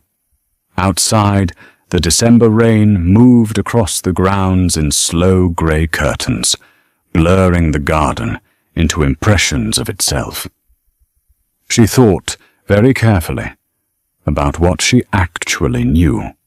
She knew that Dorian Cavendish was a man who had spent years doing what was expected of him in everything.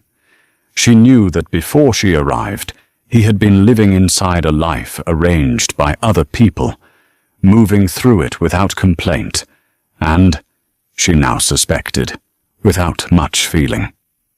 She knew that he had ended something with a woman in London before the Stanhope arrangement formalized. She had not known the details. She had not asked.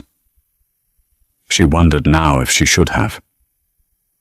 Felix, she said, still looking out the window. Do you believe him? That he intends to marry me? Felix was quiet for a moment. When he spoke, his voice had none of its usual lightness. I have known Dorian my entire life, he said. I have watched him manage his obligations with a precision that most people mistake for coldness, but I have watched him do everything asked of him without a doubt. In all those years putting himself first, and I have watched him, since you came to this house, be more alive than I have seen him in a decade. He paused. Yes, I believe him. She nodded slowly. Send word to his study that I would like to speak with Mrs. Vane. Felix blinked. Ivory. She came here for a reason, she said, and I suspect it is not entirely what Stanhope told her it was. I would like to hear it from her directly. Felix looked at her for a long moment. Then he stood, shook his head slowly with something between admiration and concern, and went to carry the message. Mrs. Clara Vane entered the library 20 minutes later.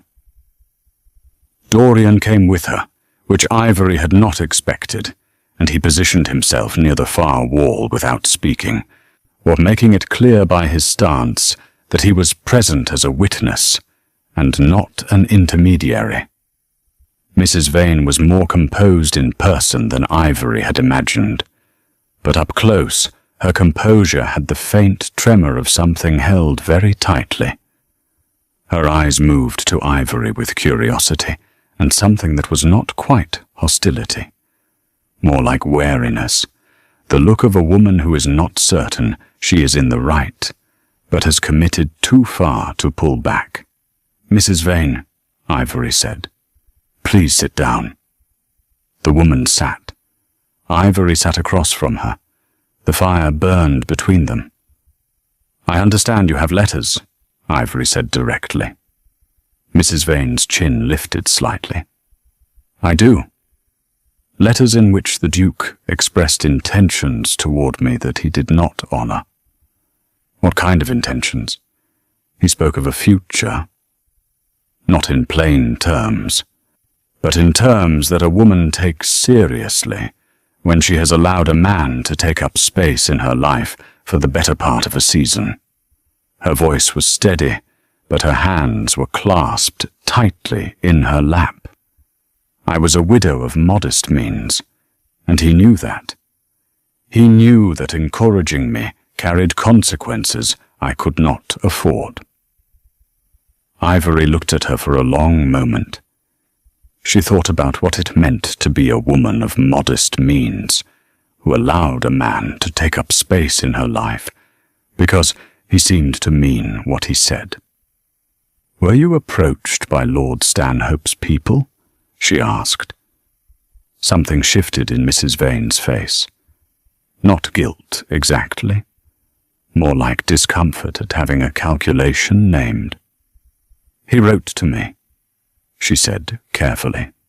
"He told me what had happened here and said I had a right to speak." "He told you what had happened and suggested it was similar to what had happened to you," Ivory said. "He offered you a platform and possibly something else in exchange for testimony that would damage the Duke." The silence confirmed it more than any answer would have. "Mrs. Vane," Ivory said, and her voice was not unkind. "I am not your enemy. I am a woman in a situation that has certain similarities to yours, which is why Lord Stanhope thought you would be useful against me. But I think you are a sensible woman, and I think if I ask you plainly, you will give me a plain answer." She held the woman's gaze directly. "Did he ever promise you marriage, specifically? In plain words?" A long pause. Then, quietly, "What, no? Did he lead you to believe something that was not true?" A shorter pause. "He was warm," she said. "Warmer than I expected from a man of his position. And then he withdrew, and I was not given a reason." She looked at her hands briefly. "That is not the same as a promise. I know that." "Then why are you here?" Ivory asked. Mrs. Vane looked up. Her eyes were not hard now. They were tired. "Because Lord Stanhope paid for my travel and told me I had a claim, and I have 2 children and a house with a leaking roof and £42 in the bank. And a man with that much certainty is very easy to follow when you are frightened." She stopped. "I should not have come." Ivory was quiet for a moment. Then she turned to look at Dorian. He was standing by the wall with his jaw set and his eyes on Mrs. Vane, but in the expression on his face was the particular kind of shame that belongs to someone who has recognized the full consequences of their carelessness for the first time. "Dorian," Ivory said. He moved immediately, crossing to a writing desk near the window. He opened it, drew out a sheet of paper, and wrote something. He folded it and held it out to Mrs. Hartwell, who had appeared silently at the door in the way experienced housekeepers appear when they are needed. "Give this to Mr. Pemberton," he said. "He will arrange a bank draft and a carriage home for Mrs. Vane." Mrs. Hartwell nodded and went. Dorian looked at Mrs. Vane. "The amount on that paper is not compensation for my behavior toward you," he said quietly. "There is no sufficient compensation for that. It is an acknowledgement that I was careless, and that carelessness has a cost I should have been managing long before today." Mrs. Vane looked at him for a moment. Then she looked at Ivory. Something complicated and almost gentle moved across her face. "You are nothing like what I expected," she said. "Neither are you," Ivory said honestly. Mrs. Vane rose. At the door she paused and said, without turning back, "He talked about music sometimes, in his letters, in the months before he ended it. He said he envied people who could lose themselves in something beautiful without needing it to be useful." She paused. "I did not know what he meant then. I think I do now." Then she was gone. The library was very quiet. The rain moved against the tall windows in long, soft strokes. Ivory sat for a moment in the chair by the fire. Then she said that without looking at Dorian, she is going to go back to Stanhope and tell him it did not work. "Yes," he said, "and he will find another angle." "Probably." She looked at the fire. "How many more women are there?" He came and sat across from her. He met her eyes directly and without flinching. None who were promised anything they were not given. None who have a genuine claim. But I was not always careful, Ivory. Before you. I moved through seasons and drawing rooms and did what unmarried dukes do without thinking carefully enough about what I was leaving behind. He paused. That is not a defense. It is the truth. She looked at him for a long moment. She was not naive. She had known from the beginning that Dorian Cavendish was a man who had lived a life before she arrived in it. What she was deciding now was whether the man who had arrived at the end of all that was the one she had come to know in libraries and cold gardens and music rooms. I am going to ask you one question, she said, and I need the complete truth. Ask, he said. Was I ever, at any point, a solution to a problem rather than the person you wanted? The fire crackled. He looked at her with those silver eyes and said, without any pause, at the beginning, I told myself you were a complication. I lied to myself about it for about 4 days. After that, there was no version of an answer to that question that was not you. She held his gaze. She turned it over in the quiet of herself and checked it against every moment she had witnessed of this man, or unguarded and guarded and falling apart in a library, and standing cold and stone-faced in a ballroom, and arriving in her doorway in his riding coat in the first week, filling the frame of the door, and looking at her like she was something he had not expected to find. She breathed out. All right, she said quietly. He looked at her. All right. We are going to have to deal with Stanhope properly, she said, in a tone that was practical and warm at the same time. Felix needs to speak to Aldridge again about those letters, and we need to speak to Dr. Fenn about the pregnancy, because I have not had a formal examination, and I need to know everything is well. He looked at her for a moment, as though he was not certain whether to be moved or amused by the immediate pivot to logistics. Then something opened in his face, warm and ungoverned and entirely his. Yes, he said, we will do all of that. And, she added, you need to speak to your mother about the formal announcement, before Stanhope recovers and tries a third angle. Also, yes, he said. She stood. He stood. They were very close in the small, warm circle of firelight, and he looked at her the way he had looked at her in the corridor on the night of the first snow, as though the holding of something was finally over. He touched her face, just his fingers against her cheek, briefly and carefully. I am sorry, he said, for the ballroom. I will spend a long time being sorry for that. You will, she agreed, but she said it without cruelty. He smiled. It was a small smile, and it changed his whole face. She had seen it perhaps 4 times in all the weeks she had known him, and each time it arrived, it had the quality of something rare and worth the wait. She stepped back. Go speak to your mother, she said. He went. She stood alone in the library and looked at the fire and felt the situation around her still complicated and still full of risk and still carrying the weight of everything unresolved. But beneath all of it, steady and clear and not quite willing to be extinguished, something warm was burning that she had stopped pretending was not there. She had not chosen this.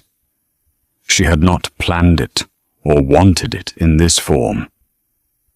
But she was in it now, all of it, The child and the duke and the palace and the debt and the threats and the complicated love that had grown in the gaps between all the things that were supposed to prevent it. She was in it. And she was not leaving. The announcement appeared in the London Gazette on the 14th of December. It was brief, formally worded, and placed prominently on the page that carried notices of betrothals among the peerage. It stated that His Grace Dorian Cavendish, 5th Duke of Ashenvale, was pleased to announce his forthcoming marriage to Miss Ivory Calloway of Fenwick Bryanston. No further explanation was offered. No apology for irregularity, no softening of the social edges. Just the plain, public fact, stated in the formal language of a man who had made a decision and was not equivocating about it. Felix read it aloud at breakfast with barely concealed satisfaction.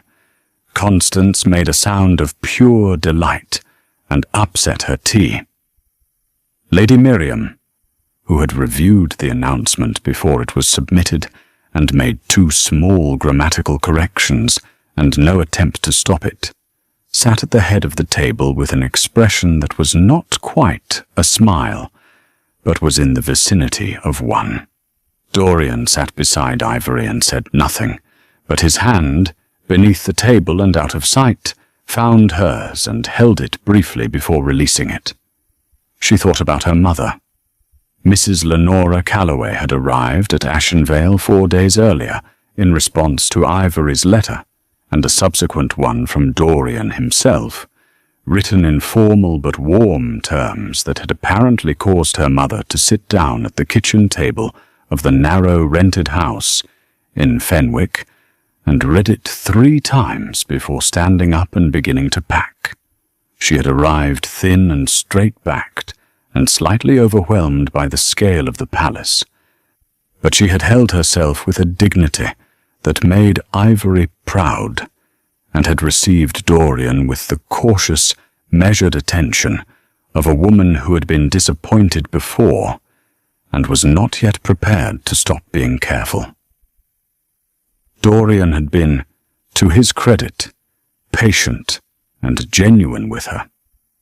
He had not tried to charm her. He had sat with her in the morning room on the day she arrived and told her plainly what had happened and what he intended, and he had listened to her questions, of which there were several, and which were direct to the point of being uncomfortable without deflecting. At the end of it, Mrs. Calloway had looked at him for a long moment and said, "You had better be as honest with my daughter for the rest of your life as you are with me right now." "That is my intention," he had said. She had not warmed to him entirely, but she had stopped looking at him as though she expected him to evaporate. The reaction to the Gazette announcement moved through London society with the speed and interest that all unexpected matches between titled men and untitled women generated. The drawing-room opinions divided broadly, as Felix had predicted. There were those who found the match romantic and said so with enjoyment. There were those who found it inappropriate and said so with equal enjoyment. There were those who reserved judgment until they had seen Miss Calloway in person and could form a more specific opinion. And there was Lord Stanhope.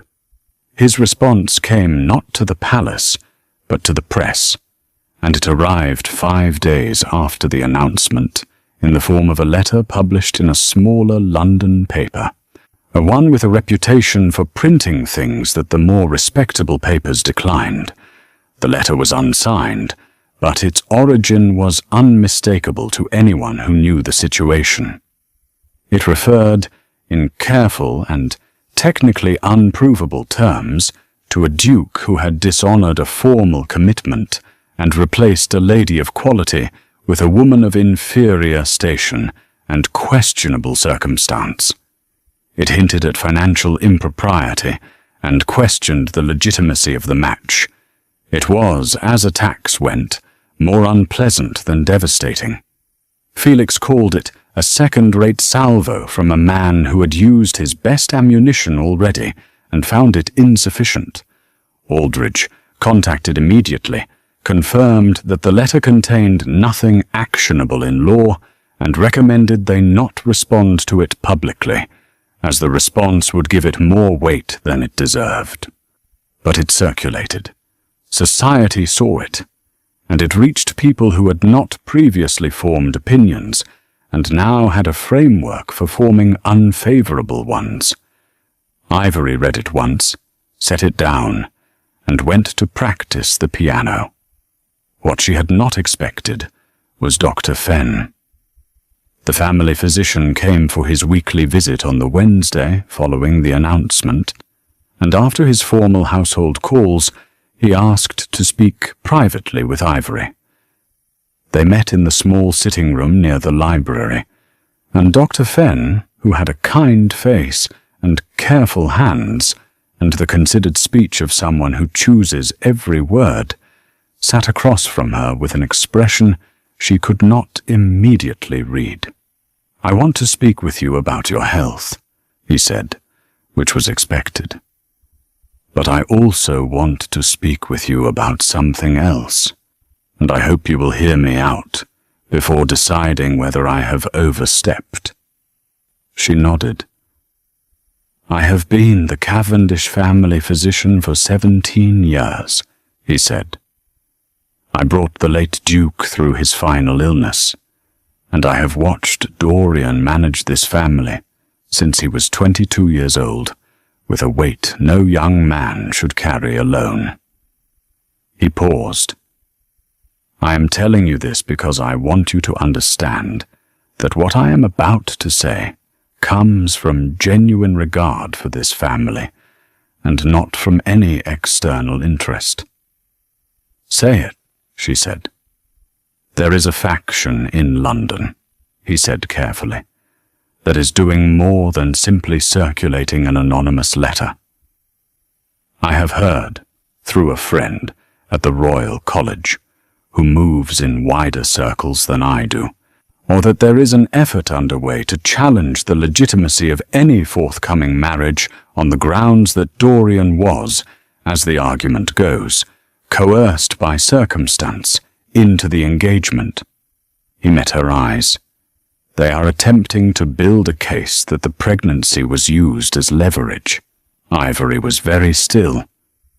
"The people behind this," Dr. Fenn continued, "are connected to the Stanhope family, and they are specifically targeting the question of whether the engagement was entered into freely on Dorian's part, with the aim of having it declared void before it can be solemnized."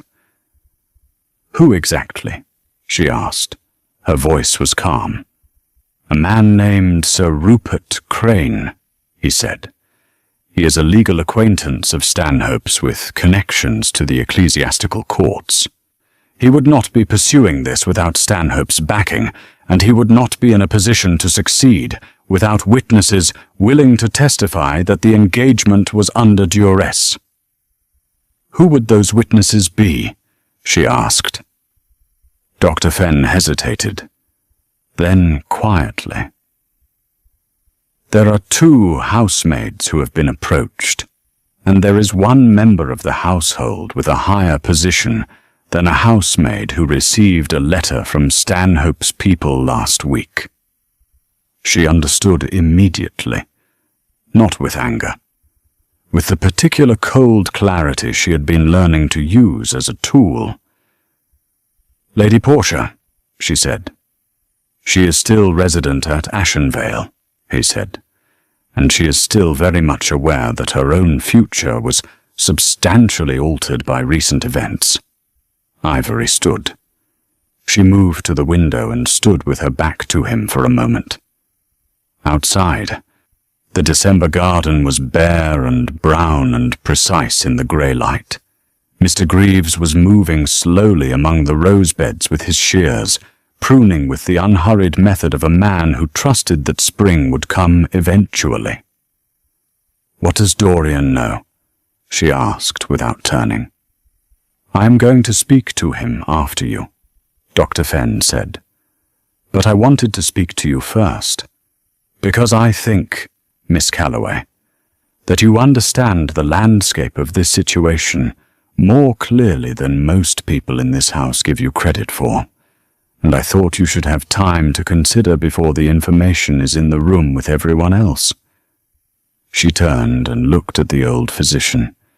"You are an unusual man, Dr. Fenn." He smiled slightly. "I have been told that before." "Thank you," she said. "Tell him when you are ready. I will have spoken to the housemaids before this evening." He blinked. "I beg your pardon?" "If they have been approached but not yet committed," she said, "then they are uncertain. Uncertain people respond to honesty more than they respond to pressure." She moved toward the door. "I am going to speak to them honestly." She found the two housemaids, a young woman named Nell and a slightly older one named Bridget, in the linen room on the second floor. They both went rigid with alarm when she walked in, which told her everything she needed to know about their current state of mind. She closed the door. She sat down on the low stool near the shelves and looked at them without hostility. "I know someone approached you," she said simply. "I am not here to threaten you, or report you, or make your positions here uncomfortable. I am here to tell you the truth, and then let you make your own choices." Nell, who was perhaps 18, and had the large, frightened eyes of someone who had been in service long enough to know that trouble came down hardest on the people at the bottom, looked as though she might cry. "I am going to marry the Duke," Ivory said. "Not because of the child, and not because of pressure. Because he asked me, and I said yes, and both of those things happened without anyone forcing either of them." She looked at both women steadily. "If you are asked to say otherwise, you will be lying, and I think you both know that." Bridget, the older one, had sharper eyes and a more measured expression. "We were told there would be payment," she said. Not with greed, with the flat honesty of someone explaining a mathematics problem. "I know," Ivory said, "and I am not going to tell you that what you would be paid isn't real, or that your situation doesn't make it tempting. I understand what it is to need money and to be offered a clear way to get it." She paused. "I am asking you not to do it anyway. Not for me. Because what you would be doing is lying in a formal proceeding which carries its own risks if it comes apart. And it will come apart." A long silence. Nell was twisting the edge of her apron in both hands. Then Bridget said, "No one approached me, and no one approached Nell, and if anyone asks, we have been in the linen room sorting sheets all afternoon." Ivory looked at her. "Thank you," she said quietly. "Thank you, miss," Bridget said, with a directness that was its own kind of dignity. Ivory went to find Lady Portia. She did not send a message or request a meeting.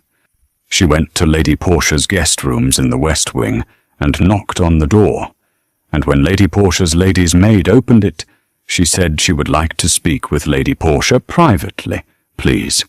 Lady Portia received her in the sitting room of her guest suite, standing near the dressing table with the posture of a woman who had been expecting this and had decided to be beautiful about it. She was wearing a deep cream silk morning gown, and her auburn hair was perfectly arranged, and she looked exactly like the Duchess she had been prepared since birth to become. Ivory sat without being invited to. Lady Portia, after a small pause, sat opposite her. I know about Sir Rupert Crane, Ivory said directly. Lady Portia's chin lifted slightly, but her face remained composed. I don't know what you mean. I think you do, Ivory said. And I think you are intelligent enough to have already considered what happens to your own reputation if your involvement in a legal effort to obstruct a ducal marriage becomes known. She kept her tone even. You are not a cruel woman, Lady Portia. You are a disappointed one, and I understand the difference. Something moved in Lady Portia's eyes. Not softness exactly, more like recognition. He was supposed to be mine, she said quietly. It was the most unguarded thing Ivory had ever heard her say. I know, Ivory said, and I am sorry that the way this happened caused you pain. Genuinely. That is not performance. Lady Portia looked at her for a long moment. The architectural composure was still there, but it was thinner than usual, and beneath it was something real and tired. I wrote to my father, she said finally, after the ball. I told him what I had heard. I thought, at the time, that I was protecting what was rightfully mine. She paused. I was not thinking about what it would set in motion. I know, Ivory said. I did not know about Crane until he wrote to me last week, she said. I did not ask for a legal challenge. I did not want that. Something shifted in her expression. I have not responded to his letter. Ivory looked at her carefully. Will you respond? A silence. Then, no. Ivory nodded. She stood.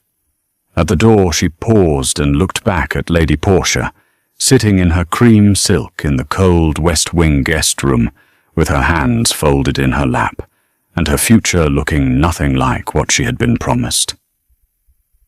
For what it is worth, Ivory said quietly, you deserve someone who chose you the way he should have chosen you, and not because of arrangements and settlements, because he wanted to. Lady Portia looked at her with an expression she could not name. Then she looked away at the window. Ivory went. She found Dorian in his study with Felix and Dr. Fenn, and she walked in and sat down and told all three of them everything she had done in the past 2 hours, clearly and in order. When she finished, the room was quiet. Felix said very softly, Good Lord. Dr. Fenn looked at her with the expression of a man who has just had a theory thoroughly confirmed. Dorian stood up. He crossed the room to where she was sitting and crouched down to her eye level, looking at her directly. You went to Portia yourself, he said. Yes. And the housemaids. Yes. Without telling me first. You would have tried to manage it yourself, she said, and it needed to be done by someone they could not dismiss as having a title and a position and a personal interest in the outcome. She met his eyes. It needed to be done by me. He looked at her for a long, silent moment. Then he took her hands in both of his, there in the study in front of Felix and Dr. Fenn, without any self-consciousness. I have been managing this family and this estate alone for a very long time, he said quietly. I think I forgot that things can be managed differently when there are 2 people managing them. She looked at him. You're going to have to get used to that. I intend to, he said. Outside, the December light was failing early as it did in winter, pulling the sky down into soft grey layers over the frosted grounds of Ashenvale. In the music room down the corridor, Sir Constance was playing something slow and lovely, a melody without a name that she had apparently composed herself, and the notes moved through the cold air of the palace like something being built, carefully and from the beginning, towards something it had not quite reached yet, but was very close to. Mrs. Calloway was in the morning room, drinking tea and reading a letter from a neighbour in Fenwick who had heard the news, and was not sure whether to be scandalized or congratulatory, and had decided to be both. Mr. Greaves had come in from the garden and was warming his hands in the kitchen and telling Mrs. Hartwell that the rose beds would come through the winter fine. They always did. They were tougher than they looked. Doctor Orphen closed his bag and stood, and said he would come again next week for the proper examination, and that everything would be perfectly all right, and that he had, in his 17 years attending this family, never been more confident than he was today. Felix refilled his glass and said nothing for once, which was, in its own way, the loudest possible endorsement. And Ivory sat with her hands held in Dorian's, and felt the day settling around her, all its drama and its danger, and its improbable small victories, and thought about the woman who had stood in a corridor outside a ballroom, 6 weeks pregnant, with her hand pressed flat to her stomach, telling herself she would face whatever came next standing up. She had done that. She was still doing it. The child inside her did not know yet what kind of world it was being born into, but it was going to be born into one where its mother had faced down a lord and a legal threat, and a room full of witnesses, and a duke who had once looked through her like glass, and had not once in all of it looked away first. That was something, she thought, quietly and with her whole heart. The wedding took place on the last Saturday of January. It was not a grand affair. There had been discussion, briefly, of a large ceremony with the full weight of Cavendish tradition behind it, the cathedral in the county town, the guest list of 200, the formal procession through Briarstone village that Dukes of Ashenvale had conducted for generations. Lady Miriam had raised the idea once, carefully, and Dorian had looked at her and said that he believed they had had quite enough spectacle already. And that was the end of it. The ceremony was held in the small chapel on the Ashenvale grounds, a stone building older than the palace itself, with narrow windows and plain wooden pews, and a single bell that Mr. Greaves rang himself, because he said he had been ringing that bell for 40 years, and he was not about to stop for anyone. It snowed that morning. Not heavily, just a soft, even fall that settled over the grounds and the bare rose beds and the long elm path to the gates, turning everything quiet and white and clean. Ivory dressed in her room with her mother's help. The gown was ivory silk, simple and well made, finished with a high collar and long sleeves against the January cold. Her mother fastened the buttons at the back without speaking for a long time, and then said, in a voice that was very carefully controlled, "What, you look like yourself." Ivory met her eyes in the mirror. "Is that good?" "It is the best possible thing," her mother said, and pressed her lips together firmly and said nothing else. Constance arrived at the door with pink cheeks and bright eyes, and a small bouquet of hothouse flowers she had apparently badgered the head gardener into producing against all seasonal reasons, white roses and green ivy, and something small and yellow that nobody could identify, but which Constance insisted was meaningful.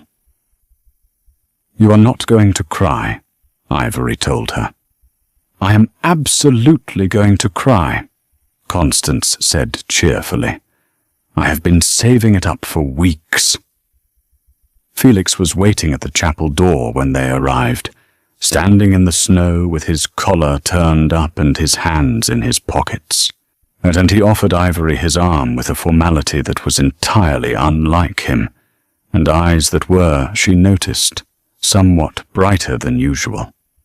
"You look wonderful," he said. "You are going to cry too," she said. "I am not," he said, and then immediately looked at the sky. Inside the chapel it was warm from the braziers that Mrs. Hartwell had organized with her usual military precision, and the narrow pews held the small gathering of people who had, in their various and complicated ways, become the landscape of the past months. Mrs. Calloway in the front pew with a straight back and careful hands, Dr. Fenn beside her, kind-faced and steady, Mrs. Hartwell in her good dark dress, Mr. Greaves, who had come in from the bell rope and taken a seat with his Sunday coat on and his hair combed. Two of Dorian's oldest friends from London were men named Charles Ashby and Lord Peter Graves, who had arrived the previous evening and greeted Ivory with the genuine warmth of men who had watched their friend be unhappy for a long time and were relieved to see evidence of the opposite. And at the front, beside the chaplain, Dorian. He was wearing dark formal dress, and his cravat was perfectly tied, and his back was straight in the way it always was. But when he turned and saw her come through the chapel door on Felix's arm, something happened to his face that had nothing to do with composure or management, or the careful arrangement of expression he had spent years perfecting. He simply looked at her. She walked toward him, and he watched her come, and the chapel and the snow and the small, warm gathering fell away until it was just the space between them, closing step by step. And then she was beside him, and Felix was releasing her arm, and Dorian's hand was finding hers.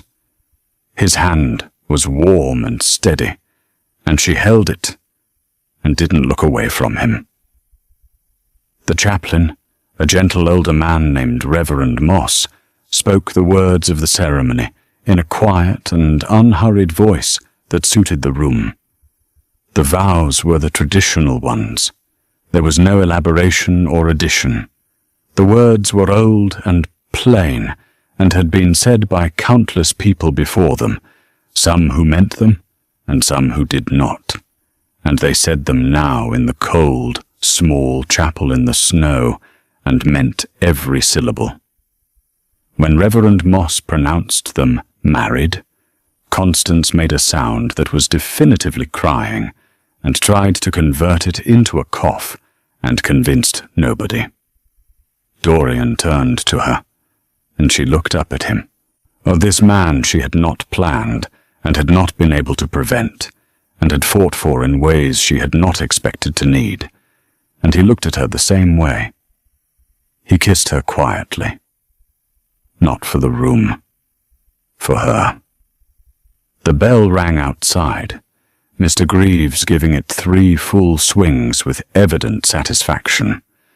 Afterward, they gathered in the great dining room for a modest wedding breakfast that Mrs. Hartwell had overseen with the dedication she gave to all things, and the table was full of warmth and noise and the particular happiness of a small group of people who had been through something difficult together and had come out the other side of it.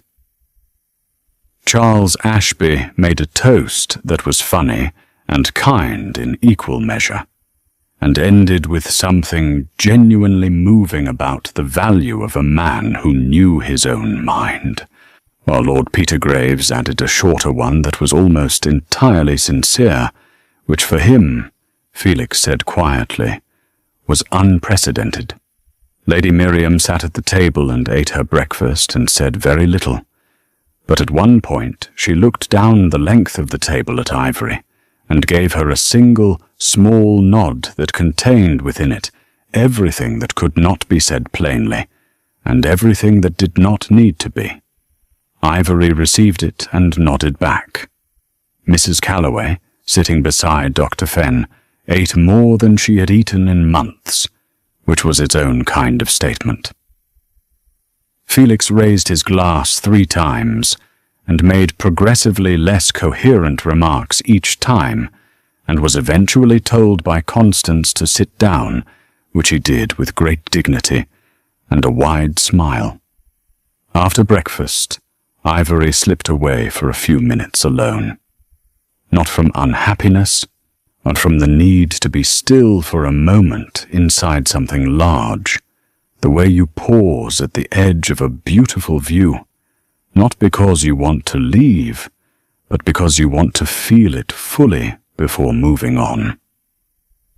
She went to the library. Of course she went to the library. She stood in the middle of the room where it had all taken root, among the books and the fire and the particular quality of quiet that this room had, and she looked at the chair where she used to sit, and the chair where he used to sit, and the tall window where the snow was still falling gently outside, and she felt the full weight of the months that had brought her here. 6 weeks pregnant, and standing in a ballroom while a duke looked through her like glass. And now, she heard the door and turned. Dorian stood in the doorway. He had clearly come looking for her, and had known exactly where to look. He came into the room and stood in front of her, and looked at her with eyes that were entirely open. No management, no careful arrangement, no distance maintained, as a precaution. "Are you all right?" he asked. "Yes," she said. "I just needed a moment." He looked around the room. "In here." "It seemed right," she said. He nodded slowly. He looked at the chairs by the fire, the same chairs they had occupied on all those evenings that had built, quietly and without permission, into everything that followed. "I have been thinking," he said, "about what I said to you in the ballroom. I have been thinking about it a great deal." "Dorian," she said gently. "I know you have forgiven it," he said. "I am not asking you to forgive it again. I am simply saying that I will remember it, not with guilt, as a reminder of what it costs to be a coward, even briefly, even once." He looked at her directly. "I will not do it again." She looked at him for a moment. Then she crossed the small distance between them and put her hand against his chest, over his heart, and felt it beating steadily beneath her palm. "I know," she said. He covered her hand with his. They stood like that in the library for a long, quiet moment, with the snow falling outside and the fire burning low and the sounds of the wedding breakfast drifting distantly down the corridor, voices and laughter and the particular music of people who are happy. The child inside her moved. It was the first time she had felt it clearly, a small, unmistakable pressure, and she made a sound that was entirely involuntary. Dorian looked at her immediately. "What is it?" She looked up at him with an expression she could not control or compose. "The baby moved," she said. He went very still. Then he looked down at her hand on his chest, and something crossed his face that she would carry for the rest of her life. Something unguarded and enormous and entirely new on him. The face of a man feeling something he had no existing framework for and was not trying to manage. He moved her hand from his chest to her own stomach and held it there. They stood together in the quiet library, in the old palace with its stone walls and its portraits, and its long history of arrangements and obligations and titles passed down like burdens through generations. And in the middle of all that weight, something small and new and entirely its own was making itself known. Outside, the snow kept falling. The elms along the long path were white and still. The rose beds were buried and patient, as Mr. Greaves had said they always were, waiting for the season to turn. It would. It always did. And when spring came to Ashenvale, there would be new life in it. Not arranged or convenient or built from obligation, but chosen, plainly and at some cost, by two people who had found each other in a library in the dark, and had decided, against considerable odds, and in full view of everyone, that it was worth it. Ivory Calloway, now the Duchess of Ashenvale, stood in the library where everything had begun, with her husband's hand over hers, and the future pressing gently against her palm, and she smiled. And to stillness, the house was warm. It was enough. It was everything.